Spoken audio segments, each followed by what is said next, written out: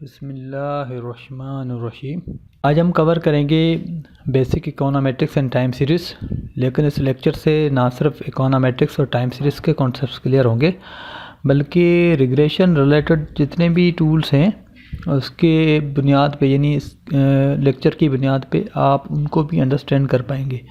यानी यहाँ पर हमने तमाम जो इम्पॉर्टेंट चीज़ें जो रिग्रेशन के साथ या रिग्रेशन रिलेटेड टूल्स के साथ जो होती हैं, कि मिसाल के तौर पर कि जो वेरिएंस होता है, कंडीशनल वेरिएंस, वो होमोस्टैटिक होना चाहिए या मल्टी कोलिनियरिटी का प्रॉब्लम नहीं होना चाहिए, या रेजिडुअल्स के दरमियान सीरियल कोरिलेशन नहीं होना चाहिए, वगैरह वगैरह। इस किस्म की जितनी भी चीज़ें हैं वो हम यहाँ पे कवर करेंगे और उससे जो है ना आपको रिलेटेड चीज़ें समझ में आएंगी। तो आगे बढ़ते हैं। इकोनोमेट्रिक्स क्या है, ये डेफिनेशंस आप लिखी हुई हैं, बुक्स के अंदर अवेलेबल हैं, नीचे सोर्स भी दिया हुआ है, दामोदर गुजराती की बुक से ये लिया गया है। तो ये चीज़ें आप वहाँ जाके गो थ्रू कर लें।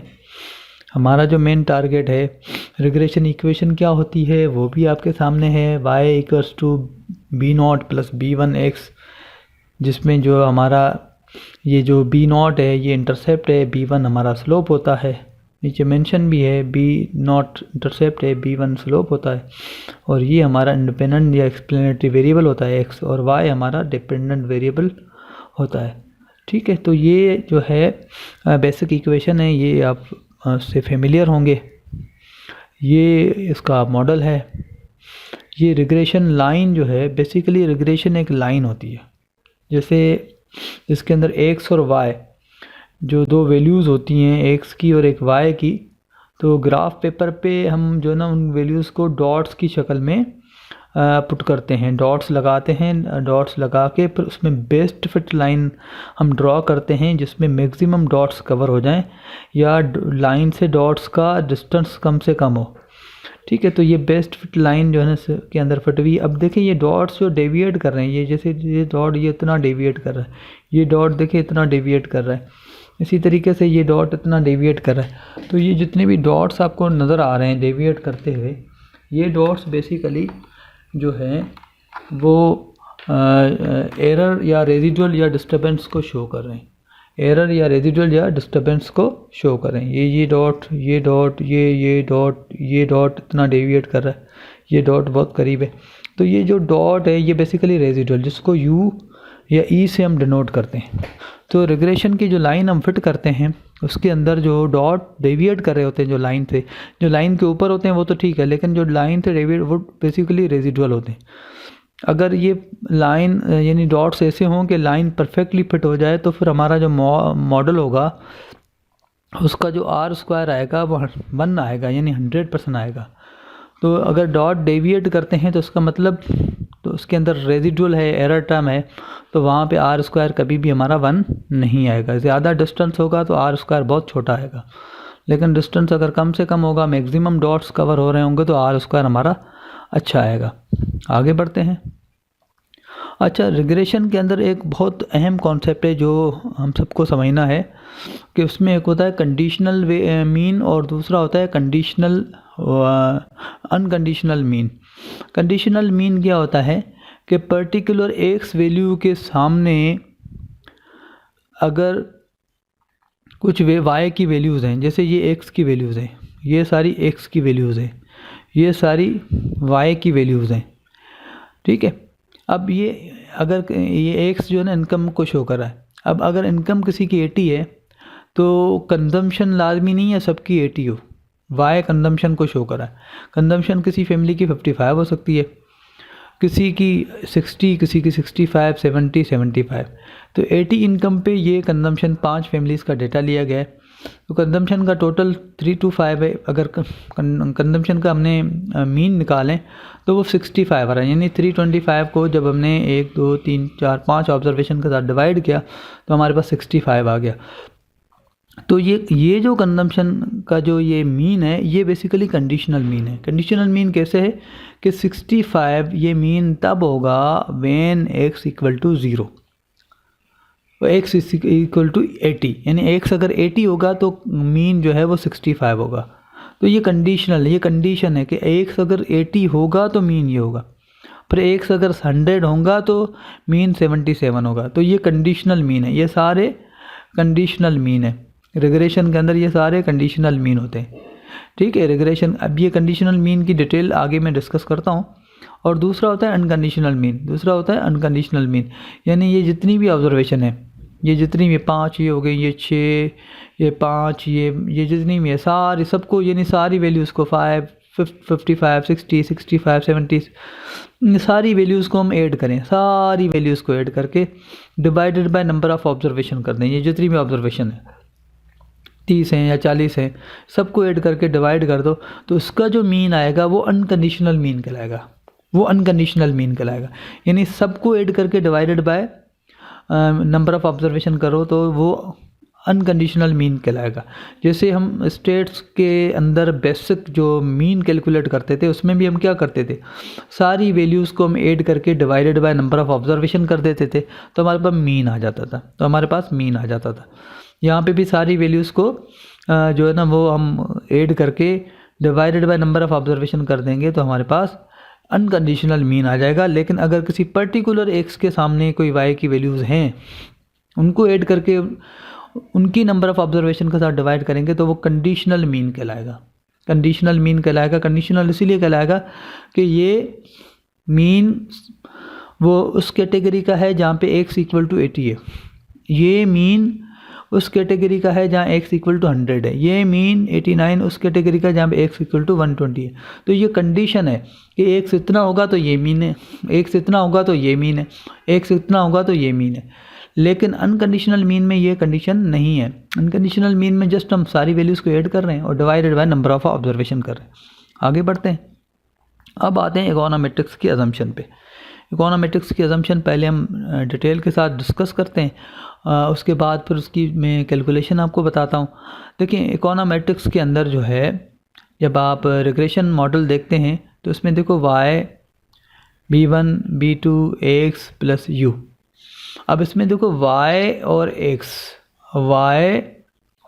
x ये दोनों वेरिएबल हैं, y भी वेरिएबल है, x भी वेरिएबल है, जबकि इंटरसेप्ट स्लोप b1 b2 ये जो है ये पैरामीटर्स हैं, ये पैरामीटर्स हैं, इसको हम पैरामीटर्स कहते हैं। x और y जो गिवन डेटा हमें मिलता है, फार्मूले की मदद से हम पैरामीटर्स कैलकुलेट करते हैं। तो रिग्रेशन की पहली असम्पशन ये है कि जो पैरामीटर्स हैं, ये लीनियर होने चाहिए। लीनियर का मतलब ये है कि इसके ऊपर पावर 1 होनी चाहिए, कोई स्क्वायर या क्यूब या पावर 4 नहीं होनी चाहिए। अब कोई भी वेरिएबल अगर उसके ऊपर जो है ना यहाँ पावर 2 लगी हुई हो या 3 लगी हो तो वो विजिबल है, लेकिन 1 पावर जो है ना वो मेंशन नहीं की जाती। किसी वेरिएबल के साथ अगर कुछ नहीं लगा हुआ तो उसका मतलब उसके साथ पावर 1 लगी हुई है, वो लीनियर है। अब वो कह रहा है पैरामीटर लीनियर होने चाहिए। y के ऊपर स्क्वायर आ जाए, x के ऊपर पावर 3 आ जाए तो वो नॉन लीनियर नहीं कहलाएगा, पैरामीटर लीनियर होने चाहिए। तो पैरामीटर्स अगर लीनियर होंगे तो वही मॉडल लीनियर मॉडल कहलाएगा। यानी b1 या b2 के ऊपर कोई स्क्वायर या क्यूब नहीं होना चाहिए, यानी ये पैरामीटर्स लीनियर होने चाहिए, ना कि वेरिएबल्स लीनियर हो। वेरिएबल स्क्वायर की शक्ल में भी आ सकते हैं, क्यूब की शक्ल में भी आ सकते हैं, लेकिन पैरामीटर्स लीनियर होने चाहिए।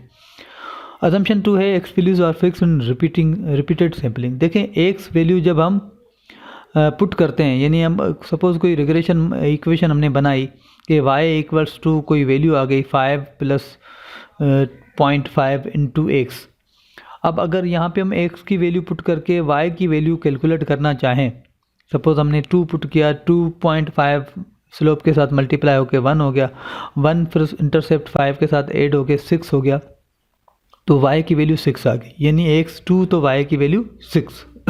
तो अब जो x की वैल्यू हमने 2 पुट की, वो 2 जो है वो फिक्स वैल्यू है, वो फिक्स वैल्यू है, यानी वो 2 ही है। लेकिन इसको जो इन रिज़ल्ट y की जो वैल्यू 6 आई है वो एक्चुअली 6 नहीं है, वो स्टोकेस्टिक वैल्यू है। वो कैसे? मिसाल के तौर पर एक चीज़ अगर हम कैलकुलेट करें कि मिसाल अगर हम करते हैं कि एक क्लास है जिसकी अगर हम एज कैलकुलेट करें उस क्लास के अंदर 25 स्टूडेंट्स हैं, 25 स्टूडेंट्स की एज अगर हमने कैलकुलेट की, मीन एज हमने सबसे एज पूछी कि भाई किसी की 26 है, किसी के 27 साल है, किसी की 22 साल है, किसी की 24 साल है, किसी की 30 है, किसी की 28 है। इसी तरीके सबसे हमने एज कैलकुलेट कर ली, तो हमारे पास मीन आ गया 25। फर्ज करते हैं मीन आ गया 25। अब ये 25 जो मीन आता है इसको कभी भी हम फिक्स वैल्यू नहीं कहते, वो फिक्स वैल्यू नहीं होती, वो स्टोकेस्टिक वैल्यू होती है। स्टोकेस्टिक वैल्यू कैसे होती है? क्योंकि अगर आप किसी को बोलेंगे इस क्लास का मीन 25 है, तो सामने वाले के बंदे के जहन में क्या आएगा? सामने वाला बंदा तो यही सोचेगा या यही कहेगा कि मीन 25 है, इसका मतलब ये है कि इस सैंपल के अंदर कुछ ऑब्जर्वेशन ऐसी होंगी जो मीन से कम होंगी, यानी 25 से कम होंगी, और कुछ ऑब्जर्वेशन ऐसी होंगी जो मीन से ज़्यादा होंगी। यानी जो 25 एज आ रही है तो उसमें कुछ स्टूडेंट्स ऐसे होंगे जो 25 साल से कम वाले होंगे, 22, 23, 24 के होंगे, कुछ ऐसे होंगे जो 26, 27, 28 साल के होंगे। और इस तरीके से मीन का मतलब जो है यही लिया जाता है। जब भी मीन कैलकुलेट होता है तो यही मकसद होता है कि वो स्टोकेस्टिक वैल्यू होती है, वो फिक्स वैल्यू नहीं होती, वो मीन होता है। तो मीन, तो रिग्रेशन के अंदर जब हम एक्स वैल्यू पुट करते हैं तो एक्स जो है वो फिक्स वैल्यू होती है, यानी नॉन स्टोकेस्टिक वैल्यू होती है। यानी फिक्स का मतलब अगर एक्स हम 2 पुट कर रहे हैं तो उसका मतलब 2 ही है, ठीक है। लेकिन इन अदर वर्ड्स जब y की वैल्यू आती है तो y की वैल्यू जो है ना स्टोकेस्टिक मानी जाती है। जैसे मिसाल के तौर पर मैंने कहा कि हमने एक इक्वेशन बनाई जिसमें y = 5 + 0.5 x है, और हमने x की वैल्यू 2 पुट की, 2.5 के साथ मल्टीप्लाई होकर 1 हो गया, प्लस 5 के साथ होकर y की वैल्यू 6 आ गई। तो इसका मतलब ये है कि x की वैल्यू जो हमने 2 पुट की वो फिक्स है, यानी नॉन स्टोकेस्टिक है। लेकिन y का जो रिज़ल्ट 6 आया इक्वेशन की मदद से, वो नॉन स्टोकेस्टिक नहीं है, वो स्टोकेस्टिक है, ठीक है। वो स्टोकेस्टिक है, यानी वो 6 वैल्यू जो है वो फिक्स नहीं है। 6 का मतलब वो मीन है, वो मीन है, यानी वो कंडीशनल मीन कहलाता है कि when x = 2 y will be 6। तो ये एक कंडीशनल मीन है कि ये y 6 तब आएगा जब x की वैल्यू 2 होगी। अब कंडीशनल मीन, वर्ड मीन आ जाए तो मीन का मतलब ये होता है कि इससे छोटी वैल्यूज़ भी होंगी और उससे बड़ी वैल्यूज़ भी होंगी। तो अब ये हो सके अभी आपको इतना क्लियर ना हो, लेकिन आगे जब मैंने इसको करके दिखाया है तो वहाँ पर आपको मज़ीद क्लियर हो जाएगा। आगे बढ़ते हैं। तीसरा है कि zero mean values of disturbance. देखिए, जब हम जो है रिग्रेशन कैलकुलेट करते हैं तो रिग्रेशन के अंदर हमें एक्स और वाई का डेटा जो है वो रियल डेटा हम उसमें कैलकुलेट करते हैं। मिसाल आप जीडीपी और स्टॉक मार्केट का डेटा अगर कलेक्ट करें तो जीडीपी और स्टॉक मार्केट के डेटा की मदद से, लाजमी बात है आप वो डेटा कलेक्ट करेंगे। सपोज़ 2010 से लेके 2019 तक आपने वो डेटा कलेक्ट किया, तो जीडीपी का भी रियल डेटा आपके पास है और स्टॉक मार्केट का रियल डेटा भी आपके पास है। जब आपने वो डेटा कैलकुलेट कर लिया, उसकी मदद से आपने ये इक्वेशन कैलकुलेट कर ली, एक्स और वाई की मदद से आपने पैरामीटर्स B1 और B2 कैलकुलेट कर लिया। अब ये पैरामीटर्स कैलकुलेट कर लिया, अब आपके पास एक इक्वेशन बन जाएगी। अब ये इक्वेशन जो बनेगी आपके पास, वो बेसिकली इक्वेशन हम बनाते क्यों हैं? इक्वेशन हम बनाते हैं फॉरकास्टिंग पर्पस के लिए, कि हम ऐसा मॉडल, ऐसी इक्वेशन बनाते हैं जिसकी मदद से हम कुछ चीज़ों को फोरकास्ट कर पाएँ। तो हमने क्या किया कि हमने ये मॉडल बना लिया, हमने ये इक्वेशन बना ली। अब हम क्या करेंगे, रियल एक्स वैल्यू यानी जीडीपी का जो रियल एक्स वैल्यू का डेटा है 2010 का, वो हम इस इक्वेशन में पुट करेंगे ताकि हम फोरकास्ट कर पाएँ वाई को। यानी वाई का मतलब, सपोज़ हमारे एग्जांपल के अंदर जीडीपी इंडिपेंडेंट वेरिएबल है और KC100 इंडेक्स जो है वो डिपेंडेंट वेरिएबल है। तो हमने दोनों डेटा की मदद से, एक्स और वाई की मदद से हमने B1 B2 कैलकुलेट कर लिया।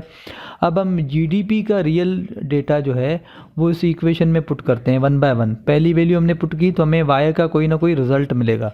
जो वाई का रिज़ल्ट हमें मिलेगा वो बेसिकली कहलाएगा वाई कैप, वो कहलाएगा वाई कैप या फोरकास्टेड वाई या प्रेडिक्टेड वाई, ठीक है, या कंडीशनल मीन, या कंडीशनल मीन, उसके बहुत सारे नाम है। Conditional mean, Y cap, forecasted Y, predicted Y, ठीक है। एक्स की रियल एक्स पुट किया तो वाई का एक रिज़ल्ट आया, वाई का एक रिज़ल्ट आया, ये फोरकास्टेड वाई है। अब फोरकास्टेड वाई जो आया है वो हमारे इस फार्मूले या मॉडल की मदद से आया है। सेम वे में उसी एक्स के सामने जहाँ से आपने ये एक्स की वैल्यू पुट की होगी उसके सामने एक्स वाई की ओरिजिनल जो एक्चुअल वैल्यू वो भी होगी। सपोज़ मॉडल की मदद से वाई का रिज़ल्ट आ रहा है 5, मॉडल की मदद से इस एक्स की वैल्यू पुट करने के बाद रिज़ल्ट आ रहा है 5। जो एक्चुअल जो हमारे पास डेटा है जिसमें हमने जो एक्चुअल मार्केट से डेटा लिया था 2010 से 2000 उसमें वाई का रिज़ल्ट आ रहा है 5.5। तो जो मॉडल की मदद से जो रिज़ल्ट आया है वो और जो एक्चुअल वाई है उन दोनों का जो डिफरेंस है वो डिफरेंस जो है वो जो 0.5 आ रहा है डिफरेंस वो बेसिकली एरर कहलाता है, वो बेसिकली रेजिडुअल कहलाता है, वो बेसिकली एरर कहलाता है, रेजिडुअल कहलाता है, डिस्टर्बेंस कहलाता है। तो वो लाजमी बात है यहाँ पे 2010 से 2019 तक का डेटा है। तो पहला जो 2010 का वाई और 2010 का जो कैलकुलेटेड जो फोरकास्टेड वाई है इन दोनों का डिफरेंस दिया तो पहला एरर टर्म हमने कैलकुलेट कर लिया। उसके बाद 2011 का भी इसी तरीके से एक्स की वैल्यू पुट करेंगे तो उसका भी फोरकास्टेड वाई आ जाएगा, उसको भी एक्चुअल वाई के साथ डिफरेंस निकाल के वो हम लिख देंगे। इसी तरीके से 2019 तक ये हम सारी डिफरेंसेस लेके कॉलम में कैलकुलेट करेंगे तो ये रेजिडुअल्स का कॉलम कहलाएगा, यानी डिस्टर्बेंस का कॉलम कहलाएगा। तो उस कॉलम को जब हम एंड में टोटल करेंगे तो उसका टोटल जो है वो हमेशा ज़ीरो आना चाहिए, उसका टोटल जो है वो हमेशा ज़ीरो आना चाहिए। ठीक है, उसके बाद असम्पशन 4 है कि जो वेरिएंस है, वेरिएंस या स्टैंडर्ड डेविएशन जो है वो होमोसेडास्टिक होना चाहिए। ठीक है, अब ये वेरिएंस क्या है, स्टैंडर्ड डेविएशन क्या चीज़ है? देखें, जिस चीज़ का मीन कैलकुलेट होता है उसी का स्टैंडर्ड डेविएशन भी कैलकुलेट होता है, जिसका मीन कैलकुलेट होता है उसका स्टैंडर्ड डेविएशन भी कैलकुलेट होता है। तो अगर हमने मीन कैलकुलेट किया है तो डेफिनेटली उसका स्टैंडर्ड डेविएशन भी कैलकुलेट होगा। तो जिस तरीके से हमने कहा कि भाई एक्स की वैल्यू हमने 2 पुट की तो उसका जो मीन आएगा वो कंडीशनल मीन कहलाएगा। उसी तरीके से अगर उसी डेटा का जिसमें एक्स की वैल्यू 2 है उसका अगर हम कंडीशनल मीन कैलकुलेट करते हैं, उसी की मीन की मदद से अगर हम उसका वेरिएंस कैलकुलेट करें या उसका स्टैंडर्ड डेविएशन कैलकुलेट करें तो वो कंडीशनल वेरिएंस या कंडीशनल स्टैंडर्ड डेविएशन कहलाएगा। तो लाजमी बात है एक्स जो है वो रिपीट हो रहा होगा, एक एक्स नहीं होगा बल्कि एक्स के डिफरेंट पेयर्स होंगे, ये आगे मैं आपको दिखा रहा हूँ। तो वो उस हिसाब से जो है ना जितने भी कंडीशनल स्टैंडर्ड डेविएशन आएंगे वो सारे आपस में इक्वल होने चाहिए। तो आगे मैं कैलकुलेशन की मदद से आपको ये समझाऊंगा तो शायद आपको मज़ीद क्लियर हो जाएगा। उसके बाद जो रेजिडुअल मैं अभी थोड़ी देर पहले बता चुका हूँ कि फोरकास्टेड वाई और प्रेडिक्टेड वाई और एक्चुअल वाई के दरमियान जो डिफरेंस होता है वो रेजिडुअल कहलाता है। रेजिडुअल को अगर हम उसका लेग ले लें, लेग कैसे लेते हैं कि सपोज़ 2010 से लेके 2019 तक के हमारे पास रेजिडुअल आ गए। उसके बाद हमने क्या किया, 2019 के रेजिडुअल को फिर हमने 2020 के रेजिडुअल के सामने 2010 का रेजिडुअल जो है वो 2011 के सामने, 2011 का 12 के सामने, इस तरीके से हम रेजिडुअल्स को रखते हैं, उनका कोरिलेशन कैलकुलेट करते हैं। तो वो कोरिलेशन जो है वो नहीं आना चाहिए। अगर ये कोरिलेशन आ जाए तो ये ऑटो कोरिलेशन या सीरियल कोरिलेशन कहलाता है, तो ये कोरिलेशन नहीं आना चाहिए। तो ये अभी डिस्कस करते हैं इसको। Zero covariance between error and x, जो इंडिपेंडेंट वेरिएबल है एक्स है उसका और वाई और एक्चुअल वाई और फोरकास्टेड वाई का जो डिफरेंस है यानी रेजिडुअल है उनका भी आपस में कोवेरियंस का मतलब कोरिलेशन ही है। ठीक है, कोवेरियंस कोरिलेशन एक ही तरह के टूल हैं। कोवेरियंस बेसिकली रिलेशनशिप बताता है और कोरिलेशन जो है ना स्ट्रेंथ ऑफ रिलेशनशिप बताता है। तो ये अब चूँकि कोरिलेशन जो है ना दोनों मकसद के लिए यूज़ होता है तो ये कोवेरियंस जो है वो नहीं होना चाहिए। इसी तरीके से जो number of observation N must be greater than number of parameters to be estimated. अब मिसाल के तौर पर हमारे पास यहाँ पे सपोज एक डिपेंडेंट वेरिएबल है और एक इंडिपेंडेंट वेरिएबल है, तो दो वेरिएबल हैं, तो दो वेरिएबल की मदद से दो पैरामीटर्स कैलकुलेट होंगे। यानी एक पैरामीटर कैलकुलेट होगा इंटरसेप्ट का, दूसरा होगा स्लोप। तो अगर दो हमारे पास वेरिएबल हैं एक्स और वाई, तो कम से कम हमें 3 ऑब्जर्वेशन जो है 3 साल का डेटा या 3 महीने का डेटा लेना पड़ेगा। ठीक है, अगर हमारे पास हमारे सिस्टम में 5 इंडिपेंडेंट और 1 डिपेंडेंट वेरिएबल है, यानी टोटल 6 वेरिएबल हैं, तो हमें 7 साल का डेटा लेना पड़ेगा। यानी जितने भी हमारे पास नंबर ऑफ़ वेरिएबल्स होंगे, हमारे ऑब्जर्वेशन उससे एक ज़्यादा होगी, कम से कम। ठीक है, वैसे तो रिग्रेशन के लिए शर्त है कि 30 ऑब्जर्वेशन होनी चाहिए, लेकिन ये इसके से अगर कम ऑब्जर्वेशन होंगी तो फिर वो उसको, यानी ये बिल्कुल उसकी वायोलेशन है असम्पशन की, उस रिग्रेशन के एस्टिमेट्स जो है वो गलत कंसीडर होंगे। Variability in x values, the x values in A given sample must not, ठीक है, जो y और x का डेटा हो उसमें x वैल्यूज़ जो हैं वो सेम नहीं होनी चाहिए, और वो सेम नहीं होनी चाहिए। यानी मिसाल के तौर पर आप कोई डेटा लेते हैं x और y का, और उसमें x की वैल्यू जो है ना सब जगह पे 2 2 2 2 2 आ रही है, तो अगर ऐसा है तो भी ये जो है ना टेक्निकली गलत होगा, ये जो है ना वो डेटा रन नहीं हो पाएगा। ठीक है, x की वैल्यू डिफरेंट होनी चाहिए, चाहे कैसा भी डेटा हो, अगर x की वैल्यू सब में सेम आ रही है तो वो फिर मॉडल रन नहीं हो सकता। तो ये x की वैल्यूज़ जो है वो डिफरेंट होनी चाहिए, उसमें वेरिएबिलिटी होनी चाहिए। ठीक है, assumption number 9, regression model is correctly, regression model जो है अगर आपका सपोज लीनियर मॉडल है तो वहाँ लीनियर रन करें, जो नॉन लीनियर है वो नॉन लीनियर। तो रिग्रेशन मॉडल जो वेरिएबल हैं वो रिलेटेड वही यूज़ करें, जो इररेलेवेंट वेरिएबल हैं वो उसको यूज़ ना करें। तो स्पेसिफाइड मॉडल स्पेसिफिकेशन ये बहुत बड़ा इशू है, इसको आप लिटरेचर की मदद से कवर कर सकते हैं। Assumption 10, there is no perfect multicollinearity. देखें, एक जैसे इंडिपेंडेंट वेरिएबल एक्स है, तो रिग्रेशन के अंदर जो है मल्टीपल इंडिपेंडेंट वेरिएबल भी हो सकते हैं। तो इन केस मल्टीपल रिग्रेशन है, उसमें अगर एक से ज़्यादा इंडिपेंडेंट वेरिएबल हैं तो उनका आपस में कोई हाई कोरिलेशन नहीं होना चाहिए। अगर आपस में कोई हाई कोरिलेशन है तो वो मल्टी कोलिनियरिटी का प्रॉब्लम है, उसको भी ओवरकम करना चाहिए। तो आगे बढ़ते हैं, अब इन चीज़ों को ज़रा हम डेटा की मदद से समझते हैं। ये फार्मूलाज हैं, ये हमारे पास सैम्पल मीन का फार्मूला है, X bar summation of F X divided by N. ठीक है, इसकी ये स्टैंडर्ड डेविएशन का फार्मूला है। ठीक है, स्टैंडर्ड डेविएशन, ये हमारे पास पॉपुलेशन स्टैंडर्ड, ये वेरिएंस का फार्मूला है। वेरिएंस का और स्टैंडर्ड डेविएशन के फार्मूले में देख लें सिर्फ रूट का फ़र्क है। ठीक है, summation of F X minus X bar square divided by N, और यही चीज़ लिखी हुई है, सिर्फ रूट लगा हुआ है तो स्टैंडर्ड डेविएशन बन गया। ये कोएफिशिएंट ऑफ वेरिएशन का फार्मूला है, ये स्क्यूनेस का है, जेड स्कोर का फार्मूला है। ठीक है, ये फिर रिग्रेशन के फार्मूले हैं, ये स्लोप के फार्मूले, ये डर्बन वाटसन का फार्मूला है, ये डर्बन वाटसन का फार्मूला है। ठीक है, उसके बाद ये वेरिएंस, ये VIF का फार्मूला है, ये टॉलरेंस का फार्मूला है, ये कोवेरिएंस का फार्मूला है, ये कोरिलेशन का फार्मूला है, ये कोरिलेशन की हाइपोथेसिस टेस्टिंग है। ठीक है, ये कोरिलेशन की नॉर्मलिटी टेस्ट है। ठीक है, ये सिंपल रिग्रेशन के फार्मूलाज हैं। ये जो है ना रेजिडुअल सम ऑफ स्क्वायर को कैलकुलेट करने का तरीका, ये स्प्लेन सम ऑफ स्क्वायर को ये टोटल सम ऑफ स्क्वायर, ये स्लोप का फार्मूला है। ठीक है, ये y बार है, ये x बार है, ये standard error of the estimate का फार्मूला है, ये रिग्रेशन के हाइपोथेसिस टेस्टिंग का फार्मूला है।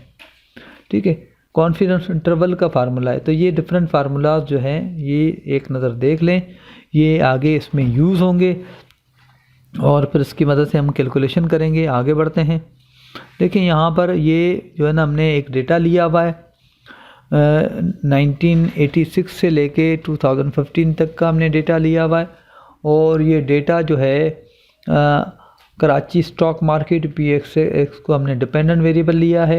ये हाइपोथेटिकल डेटा है, रियल डेटा नहीं है। ठीक है, PSX जो है ना Y को हमने डिपेंडेंट लिया है, और M2 मनी सप्लाई को हमने इंडिपेंडेंट वेरिएबल लिया हुआ है, इसीलिए PS को हमने Y और उसको हमने X लिखा हुआ है। ये रियल डेटा है, ये हमारी रियल ऑब्जर्वेशन है। ठीक है, यानी 1986 में 100 इंडेक्स जो है तो वो 8 था, और मनी सप्लाई जो है ना वो 5 था। 87 के अंदर जो 100 इंडेक्स जो था वो 5 था, और मनी सप्लाई जो है वो 3 था। इस तरीके से ये रियल डेटा, ये मार्केट से हमने लिया है, ये 30 ईयर्स का डेटा है, ये रियल डेटा है। ठीक है, रियल डेटा की मदद से हमने क्या किया, सबसे पहले सम ऑफ वाई किया जो 546 आ रहा है, फिर हमने सम ऑफ एक्स किया जो 423 आ रहा है। उसके बाद हमने एक और कॉलम कैलकुलेट किया एक्स वाई का, यानी एक्स और वाई को मल्टीप्लाई कर दिया। 8 इंटू 5 40, 5 इंटू 3 15, 9 इंटू 5, इस तरीके से ये सारा हमने एक्स वाई का कैलकुलेट कर लिया। उसके बाद एक और कॉलम कैलकुलेट किया एक्स स्क्वायर का। एक्स स्क्वायर का कॉलम जो है, जैसे 5 है, 5 एक्स है, इसको स्क्वायर किया 25 आ गया, 3 को स्क्वायर किया 9 आ गया, 25 आ गया, 11 को स्क्वायर का 121 आ गया। यानी इस तरीके से हमने वाई का एक्स का स्क्वायर कैलकुलेट, फिर हमने वाई का स्क्वायर कैलकुलेट किया, यानी 8 को स्क्वायर ले लिया 64 आ गया, 5 का 25। यानी ये हमने, ये रियल डेटा है, यानी ये मार्केट से लिया हुआ डेटा है, और 2 वेरिएबल की मदद से हमने 3 कॉलम और कैलकुलेट कर लिए, एक्स वाई, एक्स स्क्वायर और वाई स्क्वायर। ये 3 कॉलम हमने और कैलकुलेट कर लिए। ये 3 कॉलम आप देख सकते हैं, हमने कैलकुलेट कर लिए। सम ऑफ एक्स, यानी एक्स का जो टोटल है 546 है, वाई का जो टोटल है वो 423 है, और एक्स वाई का जो टोटल है वो 8653 है, एक्स स्क्वायर का जो टोटल है वो 6901 है, और वाई स्क्वायर का जो टोटल है वो 10932 है। ये हमने कैलकुलेट कर लिया। अब पीछे अगर आप फार्मूलाज देखें, फार्मूला में देखें कि स्लोप का जो फार्मूला है वो ये है sum of X Y, sum of X Y, यानी सम ऑफ एक्स वाई जो है वो आप देख लें, इसको हम कहते हैं सम ऑफ एक्स वाई, यानी 8653, sum of X Y minus sum of X sum of Y, sum of X sum of Y जो है, सम ऑफ एक्स 546 है, सम ऑफ वाई 423 है। तो ये फार्मूला है divided by N, N observation 30 है। उसके बाद sum of X square, sum of X square जो है वो हमारे पास ये है सम ऑफ एक्स स्क्वायर 6901। उसके बाद sum of X whole square divided by N, ये किया तो हमारे पास स्लोप आ जाएगा, ये स्लोप आ जाएगा, ये स्लोप आ जाएगा हमारे पास, बी आ जाएगा, ठीक है, स्लोप आ जाएगा।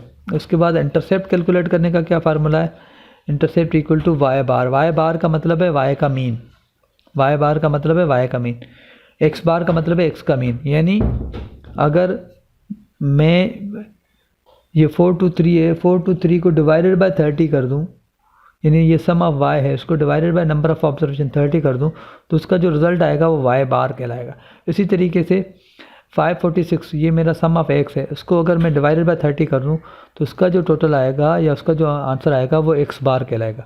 तो फार्मूले की मदद से वाई बार यानी वाई का मीन माइनस बी, यानी इसका जो रिज़ल्ट आया होगा वो इंटू एक्स बार, ये अगर हम करें तो इंटरसेप्ट का रिज़ल्ट आ जाएगा।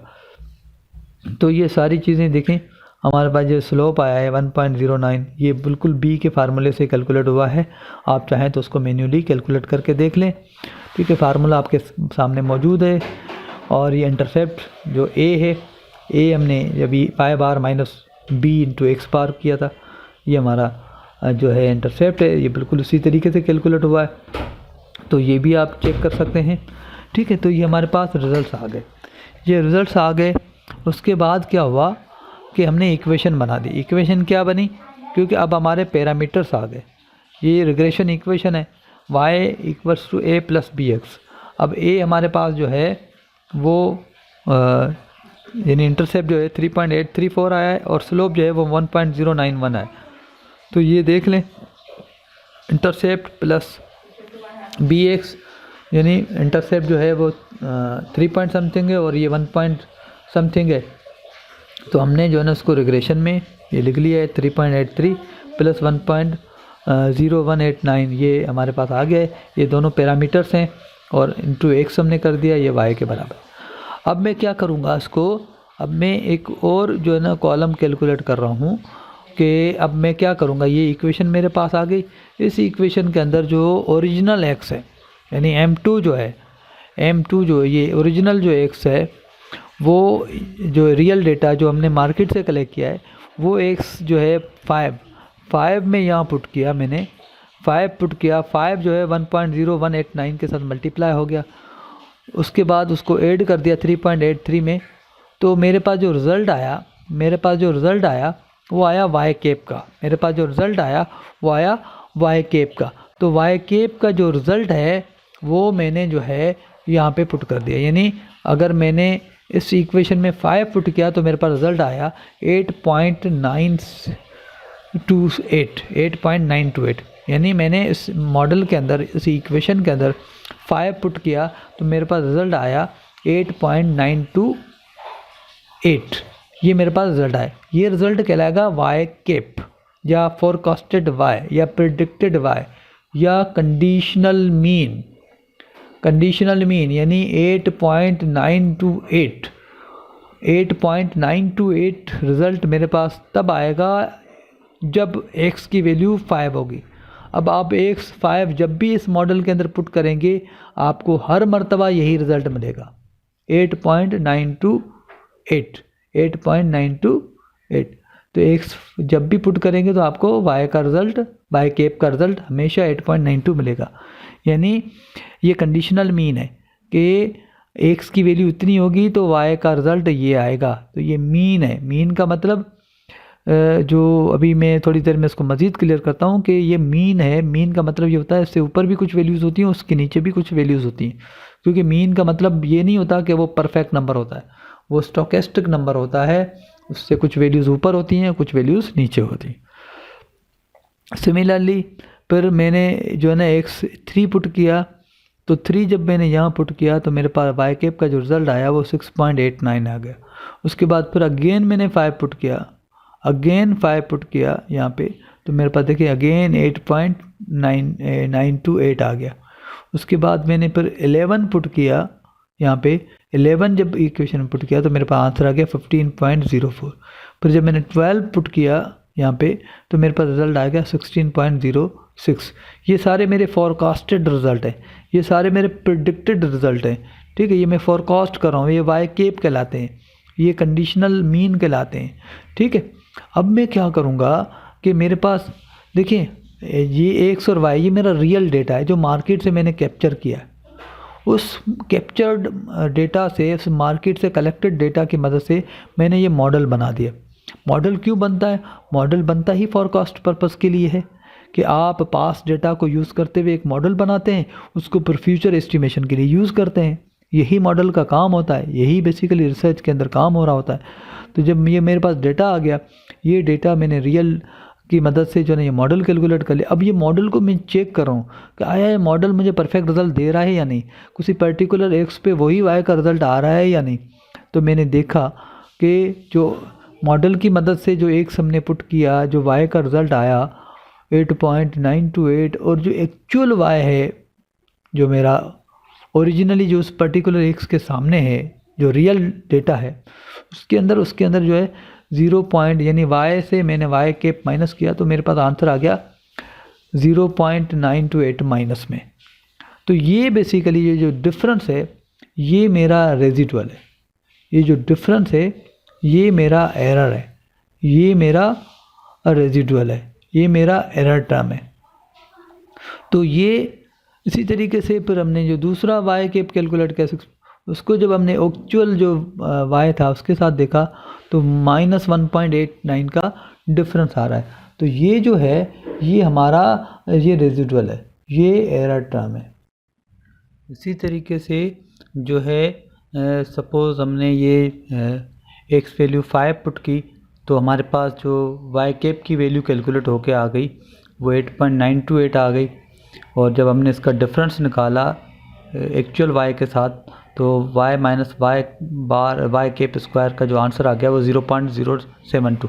तो ये रेजिडुअल है, यानी जो इक्वेशन की मदद से जो हम y कैलकुलेट करते हैं वो वाला y और जो एक्चुअल y है इन दोनों का जो डिफरेंस है वो रेजिडुअल कहलाता है, वो एरर टर्म कहलाता है, वो रेजिडुअल कहलाता है। ठीक है, अब आप जो पीछे रिग्रेशन की जो अजम्पशन थी, अजम्पशन एक मैं आपको पीछे दिखा दूं ज़रा कि जो अजम्पशन थी उस अजम्पशन के अंदर जो था वो ये था कि जो zero mean value of disturbances यानी जो एरर टर्म का जो सम होगा वो ज़ीरो होगा। ठीक है, एरर टर्म का जो सम होगा वो ज़ीरो होगा। तो देख लें यहाँ पे हमने एरर टर्म यहाँ लिखा है, ये देखो एरर टर्म का जो सम है वो ज़ीरो है, वो ज़ीरो है। ठीक है, ये हमें नज़र आ रहा है। उसके बाद आगे बढ़ते हैं।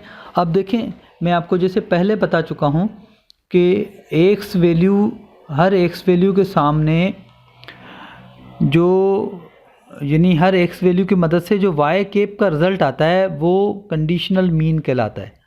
अब जैसे कि ये मैंने कुछ वैल्यूज़ हाईलाइट की हैं, जैसे ये 11 है। अब 11 जब हमने यहाँ इक्वेशन में पुट किया इसके अंदर, तो हमारे पास वाई कैप का आंसर आ गया 15.04। यानी इस इक्वेशन में अंदर आप 11 पुट करें, आपका पास आंसर आएगा। और 11 जो है वो 1 टाइम नहीं आ रहा, वो तकरीबन यहाँ पर 1 2 3 4 5 टाइम्स आ रहा है। तो जब भी हमने यहाँ 11 पुट किया, हर मर्तबा हमारे पास वाई कैप का आंसर जो है 15.04 आया। ठीक है, तो इसका मतलब ये कंडीशनल मीन है। कंडीशनल मीन यानी एक्स अगर 11 होगा तो मीन जो है वाई कैप जो होगा वो 15.04 होगा, 15.04 होगा, 15.04 होगा। तो ये कंडीशनल मीन है। अब कंडीशनल मीन के बारे में हम पढ़ चुके हैं कि मीन का मतलब होता है कि मीन जो है वो हमारा समझो कि उसके वैल्यू ऊपर भी होंगी, उसके नीचे भी होंगी। वो कैसे होंगी ज़रा उसको समझते हैं।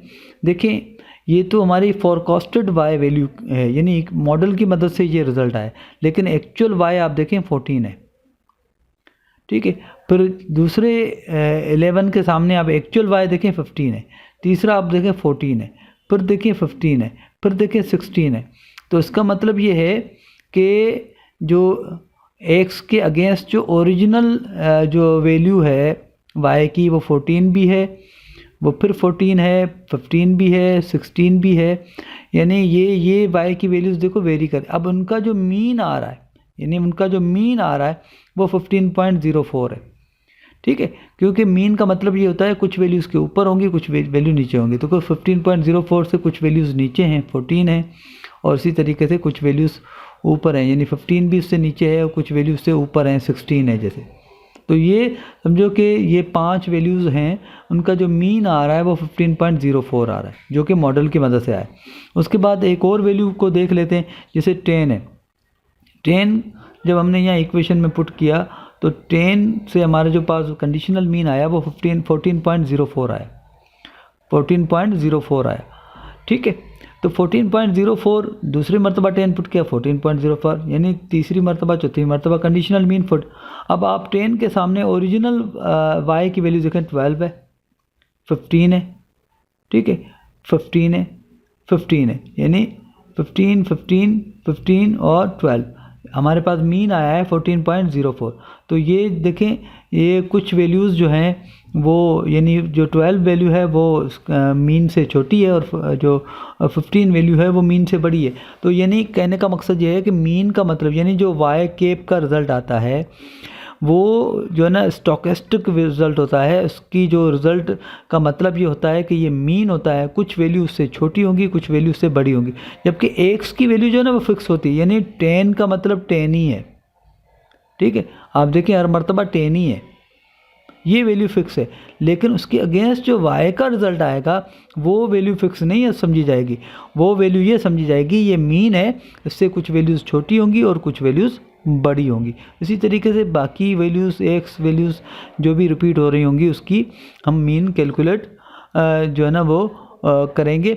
अच्छा, अब लाजमी बात है कि जब किसी चीज़ का मीन कैलकुलेट होता है, अगर आपको पीछे के कॉन्सेप्ट याद हो कि हम जो है एक्स हमारे पास वेरिएबल होता था और फिर हम एक्स की मदद से जब मीन कैलकुलेट करते थे तो मीन फिर हम क्या करते थे, उस मीन को हम x minus X bar square करते थे। और यानी सारी वैल्यूज़ को, अगर आप पीछे स्टेट्स की, डिस्क्रिप्टिव स्टेट्स की जो बेसिक कॉन्सेप्ट हैं उसमें एक्स वेरिएबल को जब हम मीन कैलकुलेट करते थे, फिर हम क्या करते थे, जब मीन के बाद हम x minus X bar square करते थे। ठीक है, x minus X bar square करते थे और डिवाइडेड बाय एन करते थे, तो फिर हमारे पास जो है ना वेरिएंस कैलकुलेट होता था। X minus X bar square divided by N करते थे तो हमारे पास, यानी sum of X minus X bar square divided by N करते थे तो हमारे पास वेरिएंस आता था। उसी वेरिएंस का रूट निकालते थे तो स्टैंडर्ड डेविएशन आता था। बिल्कुल सेम कॉन्सेप्ट यहाँ पर है कि हम क्या करेंगे, वाई और फिर हमारे पास मीन आ गया Y minus Y cap square. ठीक है, y minus Y cap square, answer कितना आ गया 1.08।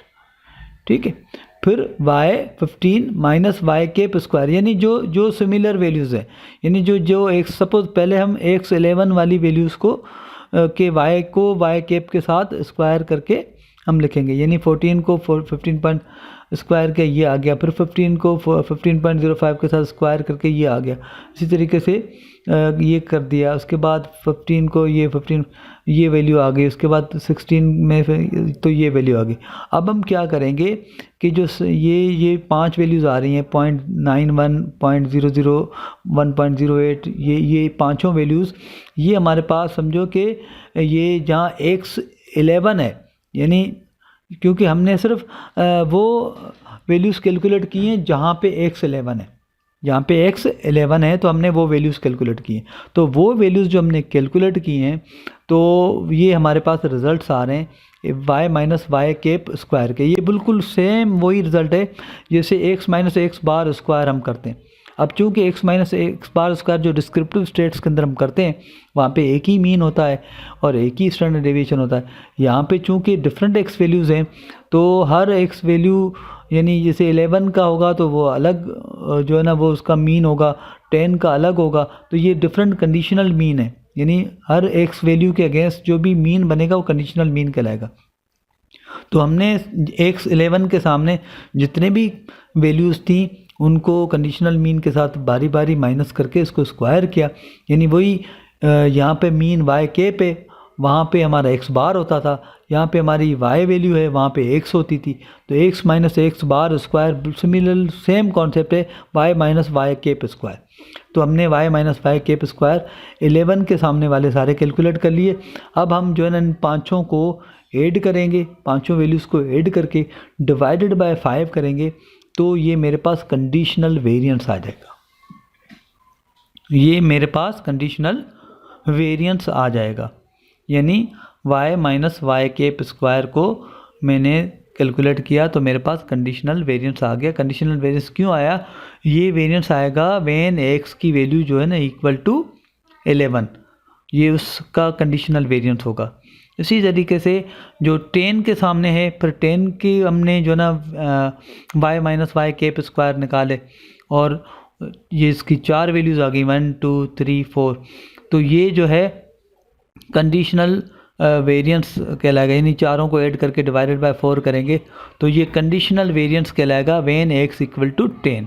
तो इसी तरीके से हमने जितने भी यहाँ पे x वैल्यूज़ हैं उसके सामने जो भी वैल्यूज़ बनती हैं, जैसे 11 और 10 को तो मैंने हाईलाइट किया हुआ है, बाकी जैसे 14 भी काफ़ी मरतबा रिपीट हो रहा है, यानी जो भी वैल्यूज़ आ रही हैं तकरीबन सबकी जो है ना यहाँ पर हमने ये भी, अभी मैं 11 का आपको दिखा देता हूँ कि 11 का देखें, ये 11 है, कंडीशनल मीन यही आया था, ठीक है। और 11 के सामने जो पहला y वैल्यू था वो 14 था, फिर 15 था, फिर 14 था, फिर 15 था, फिर 16 था, 89 93 99 2009 2014। पीछे देख लें, पहली वैल्यू 1989 14 है, 93 15 है, फिर 14 है, फिर 15 है, फिर 16 है 2014 के अंदर।